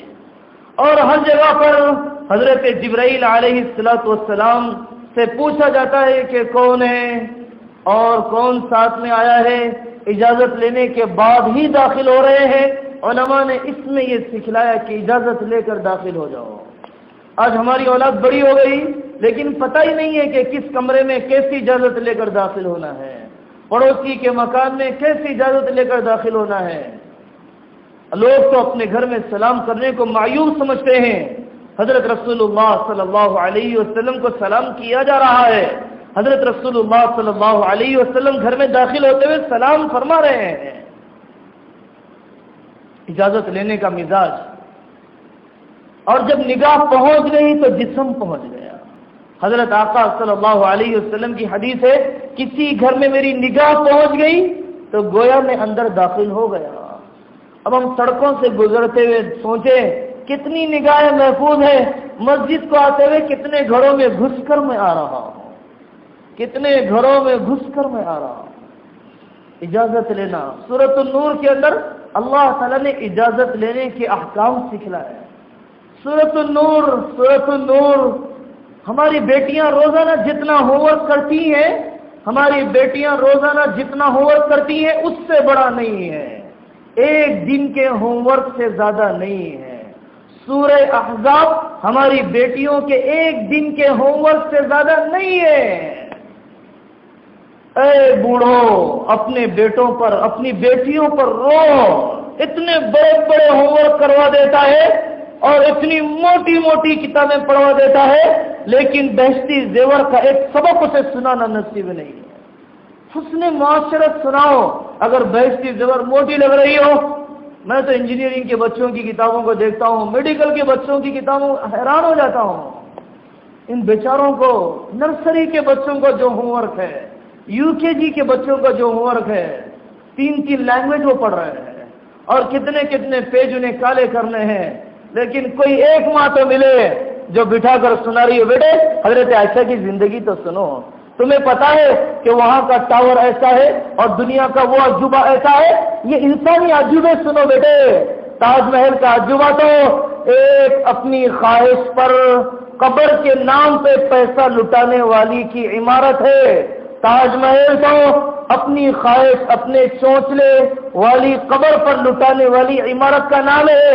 انسانی عجوبوں کو سنو, عائشہ کو سنو, فاطمہ کو سنو, رابعہ کو سنو, نفیسہ کو سنو, منفوسہ کو سنو, آمنہ رملیہ کو سنو, بشر حافی کی بہنوں کو سنو, اور امام احمد بن حنبل کے پاس آنے والی ان اللہ والی ماؤں کے تذکرے سنو، اور پھر امام بخاری کی ماں کا تذکرہ، ابن جوزی کی پھوپھی کا تذکرہ، اور نظام الدین اولیاء کی ماں، اور امام شافعی جن سے دعا کی درخواست کے لیے جس نفیسہ کے پاس جاتے اس نفیسہ کا تذکرہ سنو.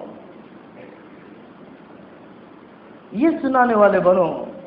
حضرت رسول اللہ صلی اللہ علیہ وسلم نے اجازت لے کر ہر آسمان کا سفر ہوا ہے، اور اجازت لینے کے بعد ہی فرشتوں نے دروازہ کھولا.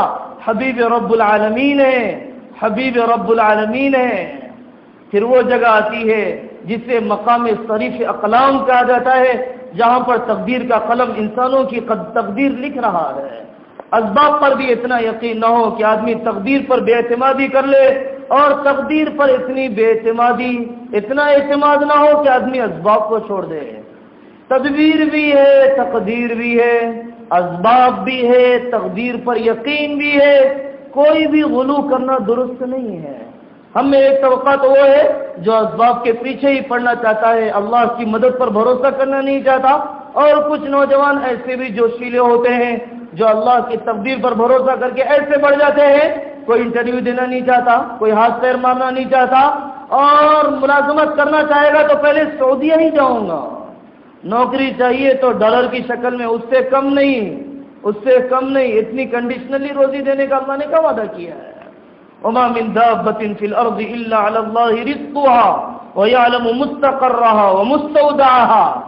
اتنی شرائط والی روزی اللہ نے دینے کا وعدہ نہیں کیا ہے. کیوں اپنے آپ کو تنگی میں ڈال رہے ہو؟ جو پڑا ہے اس سے روٹی ملنا ضروری نہیں، اگر جو پڑا ہے اس سے مل جائے تو بہت ہے. یہ براق کہاں بھاگ جانے والا تھا؟ لیکن حضرت رسول اللہ صلی اللہ علیہ وسلم کے ساتھ حضرت جبرائیل نے اس براق کو رسی سے باندھا ہے. حضرت آقا صلی اللہ علیہ وسلم نے ان صحابی سے کہا کہ جانور کو رسی باندھ پھر اللہ پر بھروسہ کر. حضرت نبی پاک صلی اللہ علیہ وسلم نے جنگ بدر میں پوری پلاننگ کی ہے، پھر دعا کے لیے ہاتھ اٹھایا. غزوہ احد میں حضرت رسول اللہ صلی اللہ علیہ وسلم نے بڑی باریکی سے، ماہرین جنگ بھی حیران ہو جاتے ہیں حضرت آقا صلی اللہ علیہ وسلم کی پلاننگ سے جو آپ نے میدان احد میں فرمائی ہے. اس کے بعد آپ نے دعا کے ہاتھ اٹھائے. خندق کے موقع پر آپ نے وہ ترکیب اپنائی جو عربوں کے وہم و خیال میں نہیں آ سکتی تھی. اس ترکیب کے اپنانے کے بعد اپنے دعا کے لیے ہاتھ اٹھا دیے. ہماری مائیں یا تو اسباب کی طرف متوجہ کرتی ہیں، دعا کی طرف نہیں. اور کچھ وہ طبقہ ہوتا ہے، کچھ ہی وہ ہے جو دعا کے جذبے کی وجہ سے اسباب کو نہیں اپناتا ہے. لیکن یہ بہت تھوڑے ملیں گے. وہ مائیں بہت زیادہ ہیں. بیٹے تجھے ڈگریاں تو کرنا ہی ہیں، اور میں تجھے ملکوں کے حوالے کرنے کے لیے آمدہ ہوں. ہماری بیماری کا غم نہ کر، اپنی جوانی کے داغدار ہونے کا غم نہ کر، وہاں کی بے حیائی اور ننگے پن کا ڈر نہ کر. تجھے تو روپیہ چھاپنا ہی چھاپنا ہے، اور تجھے ڈالر لانا ہی لانا ہے. ان ماؤں کی تعداد ہمارے پاس زیادہ ہوتی جا رہی ہے. حضرت رسول اللہ صلی اللہ علیہ وسلم کو وہاں سے بیت معمور، وما یعلم جنود ربک الا هو، اللہ کے فرشتوں کی تعداد کو کون جان سکتا ہے؟ اور اللہ تعالیٰ کے پاس وہ 70,000 فرشتے کہ ایک مرتبہ طواف کر لے تو دوبارہ اسے موقع نہیں. پھر سدرۃ المنتہا کہ جہاں پر وہ سونے کے پرندے اس پر امڑ کر آ رہے ہیں، اور اللہ تعالیٰ کی طرف سے آنے والے فیصلے وہاں پر، اور وہاں سے زمین پر حضرت رسول اللہ صلی اللہ علیہ وسلم پر، اور پھر فرشتوں پر اتارے جا رہے ہیں. اور حضرت رسول اللہ صلی اللہ علیہ وسلم کو اس کے بعد اللہ تعالیٰ سے ہم کلامی ہوئی. جب اللہ سے ملاقات ہوتی ہے تو کیا گفتگو، لوگ تو راز میں، پردے راز میں. اور پھر آدمی جب کسی بڑے سے ملتا ہے، اپنی گھریلو ضرورت ہے، میری بیٹی کی نوکری مل جائے. ابھی الیکشن کا موقع تھا تو ایک صاحب ایک جگہ پر آئے کنونسنگ کرنے کے لیے، تو بہت ہمدردی جتانے لگے اس پارٹی کے بارے میں، اور باتوں میں کہنے لگے مثلا میں فلانی پارٹی کی اس لیے کر رہا ہوں کہ انہوں نے میرے بیٹے کو فری سیٹ دلا دی فارمیسی میں فلانے کالج میں، میرے 4 لاکھ بچا دیے، میرے 3 لاکھ بچا دیے. تو جب لیڈروں سے بھی ملتا ہے تو پہلے اپنی شخصی ضرورت رکھتا ہے. حضرت رسول اللہ صلی اللہ علیہ وسلم کی ہم سے محبت پر قربان جائیے، ہم سے محبت پر قربان جائیے. وہاں پر یہ نہیں مانگا مولا محمد کی نسل کو قیامت تک نہ ختم ہونے والی آمدنی لکھ دے، مولا حسین کی شہادت کو ٹلوا دے، فاطمہ کے آج فاقے نہ آئیں، اور محمد کے گھرانے کے اندر کبھی کوئی تنگیاں پیش نہ آئے۔ یہ نہیں مانگا کہ مدینہ پاک کی سڑکیں بن جائے اور مدینہ پاک کے اندر قارون و فرعون اور شداد کی جنتیں تعمیر ہو جائے۔ حضرت رسول اللہ صلی اللہ علیہ وسلم کی گفتگو التحیات للہ والصلوات والطیبات، نماز میں تشہد اسی لیے رکھا گیا کہ نماز پڑھتے ہوئے یاد بھی تو آئے کہ یہ کہاں کا تحفہ ہے جو دینے والے نے اپنے شہید حبیب صلی اللہ علیہ وسلم کو دیا ہے۔ اللہ تعالیٰ کی طرف سے جواب آتا السلام علیک ایھا النبی، اور پھر حضرت رسول اللہ صلی اللہ علیہ وسلم نے اپنے اوپر سلامتی پر بس نہیں کیا، آپ نے فرمایا السلام علینا وعلی عباد اللہ الصالحین، کہ ہم پر بھی سلام اور پھر جو آپ کے نیک بندے ہیں ان پر بھی سلام۔ پھر حضرت جبرائیل علیہ السلام فرماتے ہیں، روایت میں ہے یہ سارا مکالمہ اشہد ان لا الہ الا اللہ واشہد ان محمدا عبدہ ورسولہ، حضرت جبرائیل علیہ السلام نے فرمایا ایسے تشہد بن جاتی ہے۔ تو پھر اللہ جل جلالہ عظم والوں نے انعام فرمایا، سورہ بقرہ کی آخری آیتوں کا انعام فرمایا، سورہ بقرہ، اور پھر دعوت کی ذمہ داری کا انعام فرمایا، اور یہ انعام فرمایا کہ جو تم میں سے شرک کے بغیر مر جائے گا، ایمان لے کر مر جائے گا، مشرک کی مغفرت نہیں ہوگی، ایمان والے کی تو کسی نہ کسی درجے میں مغفرت ہو ہی جائے گی، اور کسی نہ کسی مرحلے میں تو مغفرت ہو ہی جائے گی۔ اور پھر یہ نماز کا تحفہ دیا گیا۔ حضرت رسول اللہ صلی اللہ علیہ وسلم حضرت موسیٰ علیہ السلام کے بار بار کے مشورے پر اور بار بار کی توجہ دہانی پر حیا بھی آ گئی، ایک مرحلے پر جا کر کے اب اللہ سے شرم آتی ہے کہ 5 سے بھی کم کرا دیا جائے، 5 سے بھی کم کرا دیا جائے۔ حضرت رسول اللہ صلی اللہ علیہ وسلم مکہ المکرمہ میں آئے، اب آنے کے بعد جب اعلان فرمایا، بعض خاندان کے افراد نے مشورہ دیا کہ آپ نہ کہے دنیا جھٹلانا شروع کر دے گی، کچھ مرتد بھی ہو گئے۔ حضرت آقا صلی اللہ علیہ وسلم نے اعلان فرمایا، حصی علامت سے بھی بتلائی، فلانے قافلے سے پوچھ لینا ان کا پانی غائب ہو گیا، فلانے قافلے سے پوچھ لینا ان کا اونٹ گم ہو گیا تھا واپس مل گیا، اور فلانا قافلہ آ رہا ہے یہ علامتوں والا اور یہ چادر ڈالا ہوا اور یہ بوجھ لدا ہوا اونٹ سب سے پہلے آگے ہوگا۔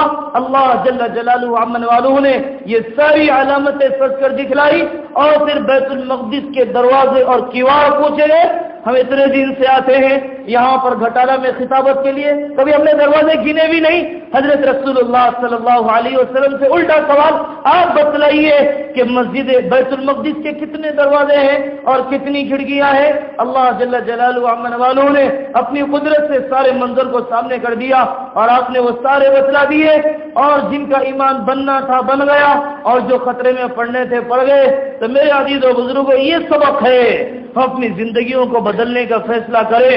قیامت کے قریب کا زمانہ ہے، اور کتنے ایسے آتے ہیں جیسے کہ چٹائی کا دھاگا ٹوٹ جائے تو کاڑیاں جیسے گرنے لگ جاتی ہیں، ایسے فتنے آنے لگ جاتے ہیں، ظالم حکومتوں کے فتنے، ظالم حکمرانوں کے فتنے، سود کی بے لگام معیشت، اور پھر بے حیائی کا ایک سیلاب، اور رسم و رواج، اور معروف منکر بن جائے گا، منکر معروف بن جائے گا۔ بے حیائی کو لوگ کلچر سمجھیں گے، لوگ حیا کو عیب سمجھیں گے، شوہر کی خدمت کو عیب سمجھیں گے، اپنے کلائنٹس کو لوگ کلچر سمجھیں گے، بوڑھوں کی خدمت کو عیب سمجھیں گے، نوکریاں کرنے کو ہنر سمجھیں گے۔ یہ زمانہ علمی فتنوں کا ہے، یہ زمانہ عملی فتنوں کا ہے، یہ زمانہ آپ کی نسل کو ذہنی طور پر عیسائی بنا دینے کا ہے۔ دھوکے میں نہ پڑیے، اخبار اور کالجوں میں آ رہا ہے آپ کے بچوں کو عالم بنا دیں گے، آپ کے بچے کو حافظ بنا دیں گے، آپ کے بچے کو CBSE کا سلیبس بھی کرا دیں گے۔ یہ کوئی پاگل کہہ سکتا ہے، کوئی عقل رکھنے والا نہیں کہہ سکتا ہے۔ یہ کہنے والا وہ ہے جو نہ کبھی اسکول میں پڑھا ہے نہ کبھی مدرسے میں پڑھا ہے۔ CBSE کا سلیبس جانتے ہو، بچوں کا بچپن چھین لینے والا، CBSE کا سلیبس جانتے ہو، اس کے روزانہ کے ہوم ورک کا برڈن اور اس کی خارجی ایکٹیویٹیز کا تصور کر سکتے ہو؟ یہ کیا حماقت ہے کہ تم نے یہ دعویٰ کر دیا کہ حافظ بھی بنا دیں گے؟ جاؤ مدرسے میں بیٹھو، سب سے بڑا ماہر حافظ کتنے گھنٹے دینے کے بعد وہ حافظ بنتا ہے؟ فجر کے بعد قرآن رٹ رہا ہے اور مغرب کے بعد اوابین میں پڑھ رہا ہے، 24 گھنٹے پاکیزہ ماحول میں، نگاہیں سوائے قرآن کے کچھ اور نہیں دیتی، اور کان سوائے قرآن کے کچھ اور نہیں سنتا، اور دماغ سوائے قرآن کے کچھ نہیں سنتا، کچھ نہیں سوچتا ہے۔ اس کے باوجود بھی ہمارے پاس سب سے بڑا ذہین وہ 3 سال میں حافظ بنتا ہے۔ اتنا کنسنٹریٹ کرنے کے بعد 3 سال لگ رہے ہیں، اور یہ نادان دعویٰ کرتے ہیں کہ ہم CBSE کے ساتھ حافظ بنا دیں گے، تمہاری نسلوں کو تختہ مشق بنائیں گے۔ نہ ہی بیچارہ وہ حافظ کی کشتی میں پورا پیر رکھ پائے گا، نہ ہی وہ کسی CBSE کی کشتی میں پورا پیر رکھ پائے گا۔ درمیان میں سے چر جانے اور اس کے نظام زندگی کو مختل کر دینے کے علاوہ اور کچھ نہیں ہونے والا ہے۔ عالم بنانے کی بات کرتے ہو، 10th کے ساتھ عالم بنانے کی بات کرتے ہو۔ میں عالم کورس پڑھاتا ہوں، 5-6 گھنٹے ہوتے ہیں، دوسرے مدرسوں کے اندر 9 گھنٹے ہوتے ہیں، 14 سبجیکٹ ہیں جو پورے 8 سال کے اندر پڑھائے جاتے ہیں۔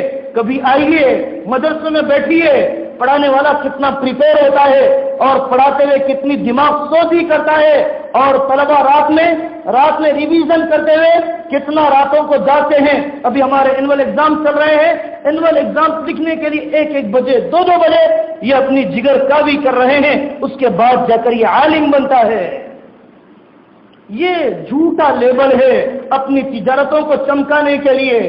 ہم نہیں کہتے سب عالم بن جائے، ہم نہیں کہتے سب حافظ بن جائے تو یہ تمہاری قسمت ہوگی، بن جائے تو تمہاری نسلوں کی قسمتیں جاگ جائیں گی، بن جائے تو ان کا دین و آخرت پر جمنا آسان ہو جائے گا۔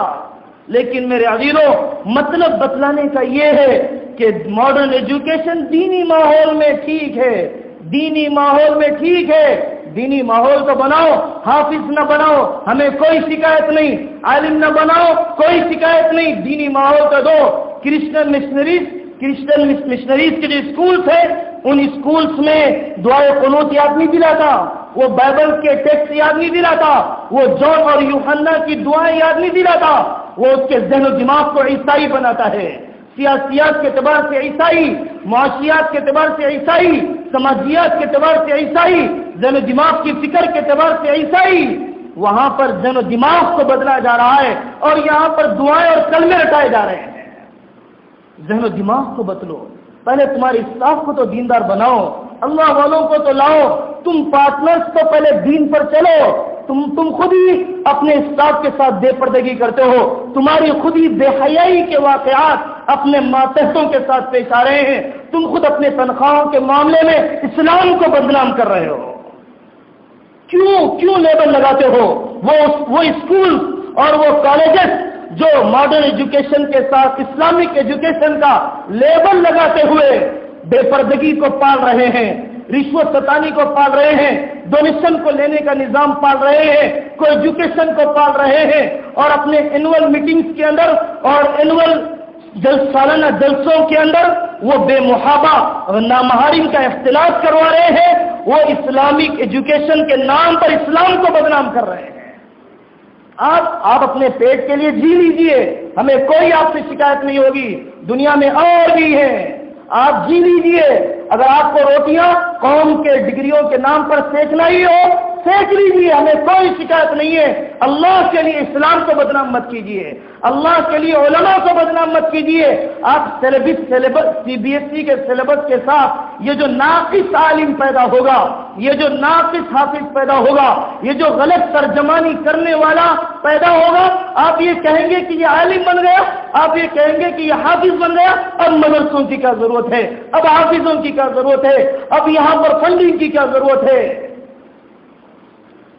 قوم کا نقصان ہے، زبردست فکری غلطی ہو رہی ہے، زبردست ہماری نسلوں کو تختہ مشق بنایا جا رہا ہے۔ ایک کو پڑھا کر بتلا دو، ہم آپ کے پاس آنے کے لیے تیار ہیں۔ ایک سبجیکٹ پڑھوا کر بتلا دو، ہم تمہارے پاس آنے کے لیے تیار ہیں۔ ہم ہرگز دھوکے میں نہ آئے، ہرگز دھوکے میں نہ آئے۔ ہمارا ایک ہی مطالبہ ہے کہ اسلامی ماحول میں دینی تعلیم، اسلامی ماحول اصل دو، اسلامی ذہن سازی دو. یہ سوائے اللہ والوں کے اور یہ سوائے گہرے علم رکھنے والے علماء کی نگرانی کے اسلامی ماحول اپنے ہمارے کالجز میں، ہماری یونیورسٹیز میں ہرگز نہیں آ سکتا. ہم تو بے لگام بنے ہیں. اور حکومتوں کا شکوہ چھوڑو، فلانا حکمران آ گیا، فلانا حکمران آ گیا. کیا کون سا بادشاہ بھی آ جائے تمہاری قسمت کیا بدلے گا؟ اگر تم نے فنکشن ہالوں پر خرچ کو چھوڑنے کی نیت ہی نہیں کی ہے، فنکشن ہالوں کو ویران کرنے کی نیت ہی تم نے نہیں کی ہے. حکومت کے کون سے فنڈ تمہاری ضرورتوں کو پورا کریں گے؟ گندے ریچارجوں پر جب تمہارا مال لگ رہا ہو. مودی جب چندے کے لیے آتا ہے نا 10 مرتبہ تنخواہیں گے، اور ڈش والا جب آتا ہے عاجزی کر کر اس کے پیسے پہلے فراہم کیے جائیں گے. کوئی حاکم تمہاری قسمت نہیں بدل سکتا، کوئی پارٹی تمہاری قسمت نہیں بدل سکتی اگر تمہارے جوانوں کی جوانی اور ان کی آوارگی ختم نہ ہو. تمہاری بیٹیوں کی حیا جب محفوظ جب تک نہ ہو، تمہاری کوئی حکومت تمہاری قسمت نہیں بدل سکتا. دارالقضا کھلے ہیں، مفتیان کرام بیٹھے ہوئے ہیں، تمہیں چائے پلا کر مسئلہ بتلائیں گے، کھانا کھلا کر تمہارا کیس ڈیل کریں گے. عقلوں پر رو.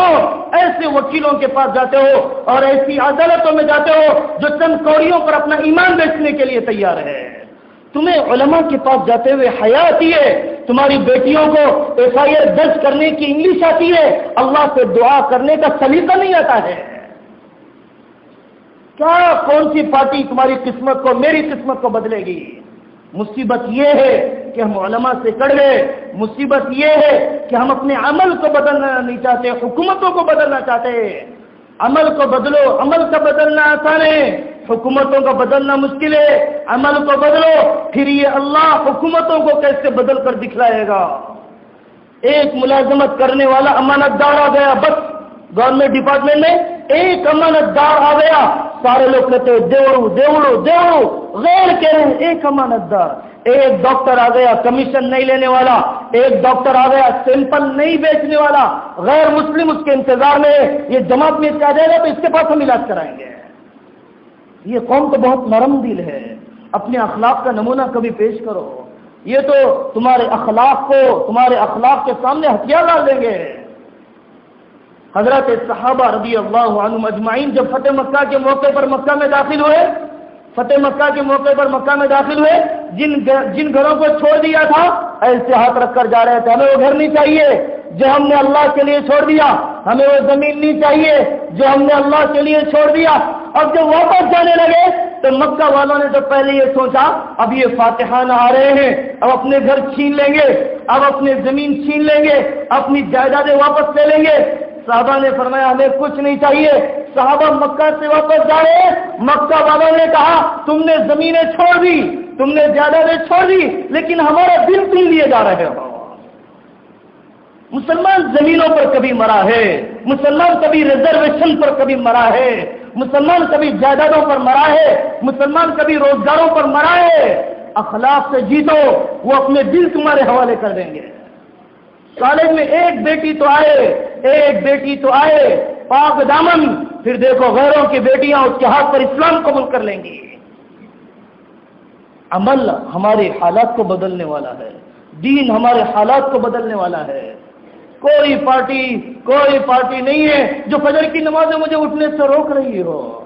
کون سا پولیس کا ڈنڈا ہے، چل حرام دیکھ، اس کے بغیر تجھے میں چھوڑوں گا؟ کون ہے؟ کون سا ڈنڈا مجھ سے کہہ رہا ہے؟ سب تو میرے کرتوت ہیں، سب تو میری بدعملیاں ہیں. حکومتوں کے شکوے آج کے بعد نہ کرنا، اخبار بازیاں آج کے بعد نہ کرنا ہے اپنے عمل کے بدلنے پر سوچو، اپنی زندگیاں بدلنے پر سوچو. اللہ مجھے بھی قبول فرمائے، آپ کو بھی قبول فرمائے. اس کے لیے اللہ والوں کی صحبتوں میں بیٹھا کرو، اور اس کے لیے دعوت و تبلیغ میں جایا کرو. بہت اچھا موقع ہے یہ چھٹیوں کا زمانہ، اور ملازمتوں کے انتظار میں وقت ہمارا ضائع نہ ہو. سود میں کبھی نہ پڑو. میں یہ چھوڑ دیا، یہ ذہن سے بات غائب ہو گئی. حضرت رسول اللہ صلی اللہ علیہ وسلم نے دیکھا بڑے بڑے پیٹ ہیں، سنبھال ہی نہیں پا رہے ہیں، کھڑے ہوتے ہیں گر جاتے ہیں. حضرت جبرائیل نے فرمایا یہ سود کھانے والے لوگ ہیں، سود کھانے والا کبھی نہیں سنبھلے گا. ایجوکیشن لون لے لو گے کبھی نہیں سنبھلو گے, ہوم لون لے لو گے کبھی نہیں سنبھلو گے, مٹی پر پیسہ لاؤ گے آٹو تمہارا بک جائے گا لیکن فائنانس سے نہیں نکلے گا. آٹو تمہارا بک جائے گا لیکن فائنانس سے نہیں نکلے گا. تمہاری دکان خالی ہو جائے گی, بینک کا قرض ادا نہیں ہوگا. کالذی یتخبطہ الشیطان من المس, جیتے جی مر جاؤ گے. زندہ رہ کر بھی مہینے کی ایک تاریخ آتے ہوئے دھڑکنوں میں اضافہ ہو جائے گا. ذلت کے فاقے آئیں گے, ذلت کے فاقے. عزت کے فاقے آدمی جھیل لیتا ہے, ذلت کے فاقے آدمی جھیل نہیں پاتا ہے. اللہ تعالیٰ مجھے بھی سچی توبہ کی توفیق عطا فرمائے, آپ کو بھی سچی توبہ کی توفیق عطا فرمائے. وآخر دعوانا الحمدللہ رب العالمین. درود شریف پڑھ لیتا ہوں.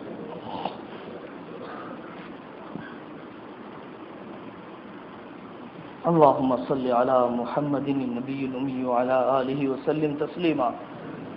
يا من لا تراه العيون ولا يصفه الواصفون ولا تخالطه الظنون ولا تغيره الحوادث ولا يخشى الدوائر, سند من لا سند له, عماد من لا عماد له, كنز الفقراء, حرز الضعفاء, رحيم المساكين, جبار القلوب على فطرتها, شقيها وسعيدها, يا أول الأولين ويا آخر الآخرين, ويا ذا القوة المتين, ويا راحم المساكين, يا ربنا يا غاية رغبتنا, يا مأوانا يا ملجانا.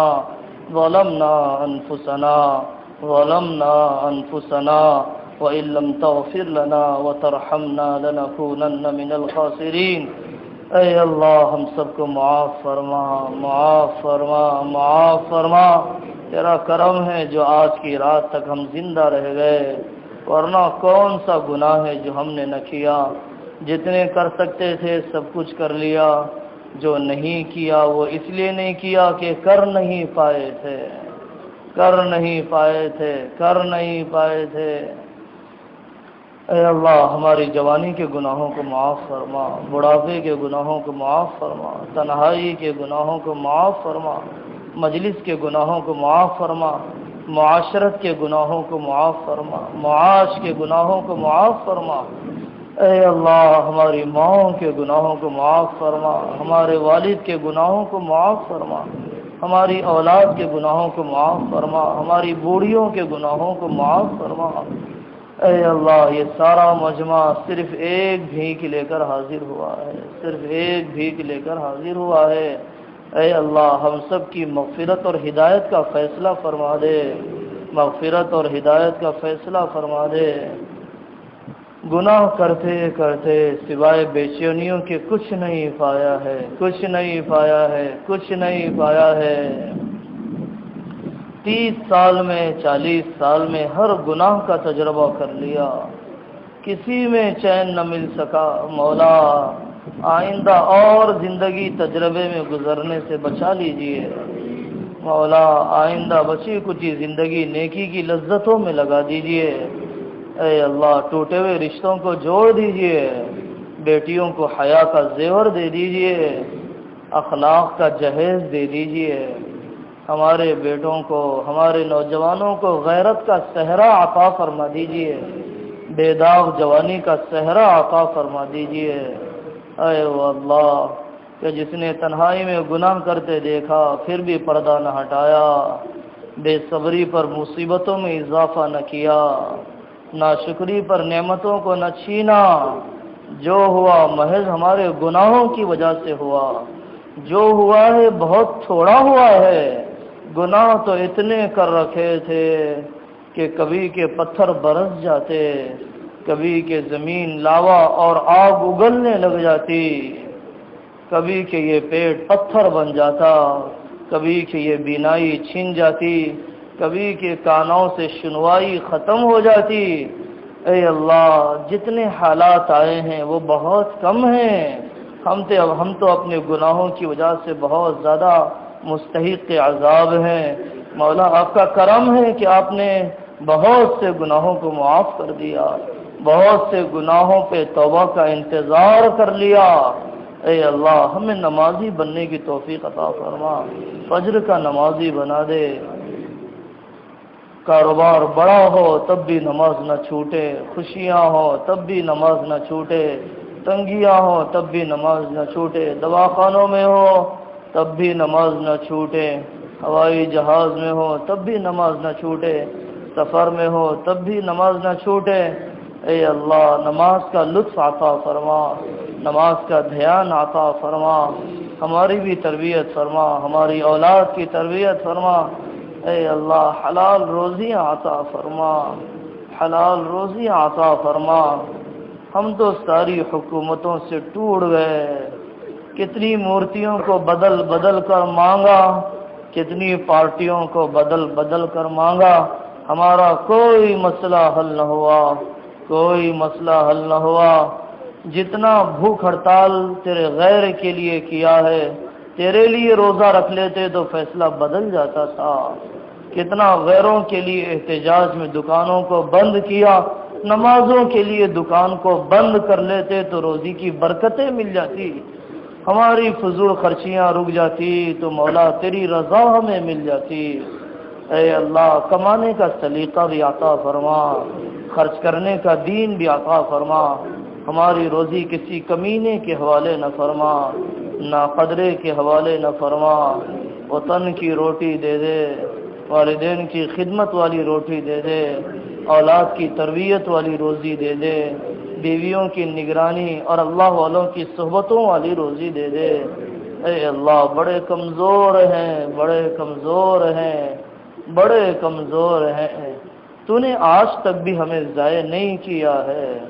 نوکری نہیں ملی، دین تو مل گیا، نوکری نہیں ملی، تیرے چہیتے بندوں کی صحبتیں تو مل گئی، اور تیرے دیر سے دینے میں کیا کیا ہمیں راتوں کا اٹھنا بھی مل گیا، دعاؤں کے آنسو بھی مل گئے، لیکن پیٹ کی ضرورت کو کیا کریں، معاشرے کے کوسنے کو کیا کریں، لوگوں کے تانا دینے کو کیا کریں، سفید کپڑے پر داغ زیادہ نظر آتا ہے۔ مولا ہمارے لیے حلال روزی کے فیصلے فرما، حلال روزی کے فیصلے فرما۔ اے مالداروں کے مالدار، اے بادشاہوں کے بادشاہ، اے قابض، اے باسط، اے مغنی، اے معطی، اے مانع، ہم سب کے لیے حلال دروازے کھول دے، حرام لقمے کو ہرگز حلق کے نیچے جانے نہ دیجیے، ہمیں پاکیزہ بیویاں عطا فرما، ہمارے لیے ہماری بیٹیوں کے لیے تقوی والے شوہر عطا فرما۔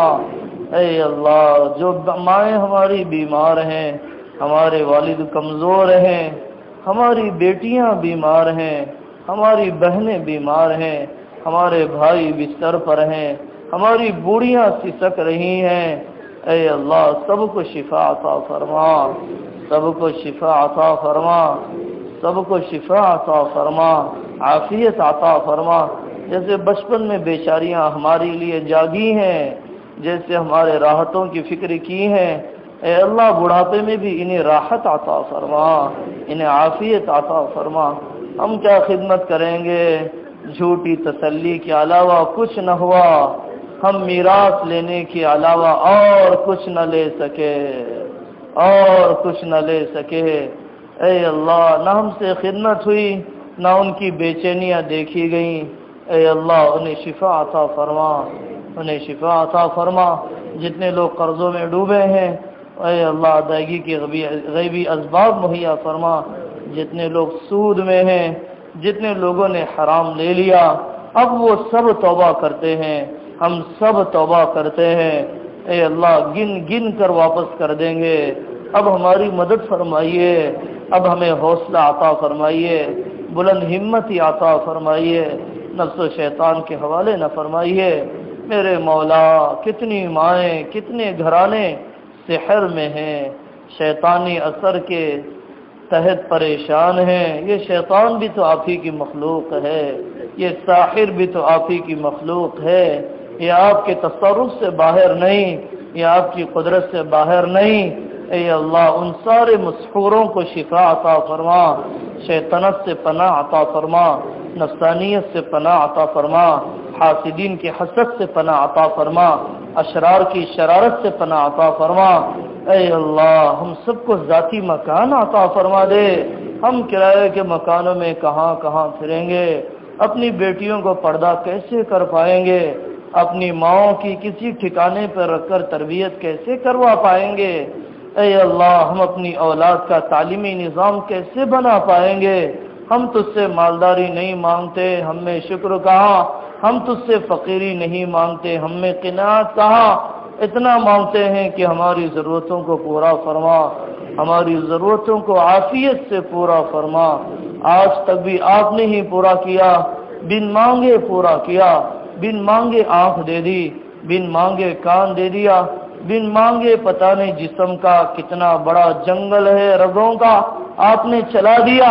اے اللہ آئندہ بھی آپ ہی دیں گے، آئندہ بھی آپ ہی دیں گے، عافیت کے ساتھ دے دیجئے، بغیر آزمائش کے دے دیجئے، بغیر آزمائش کے دے دیجئے، گناہوں کی نحوست کی وجہ سے محروم نہ فرمائیے، اپنے گھر کی حاضری مرحمت فرمائیے، اپنے حبیب کے شہر کی حاضری مرحمت فرمائیے۔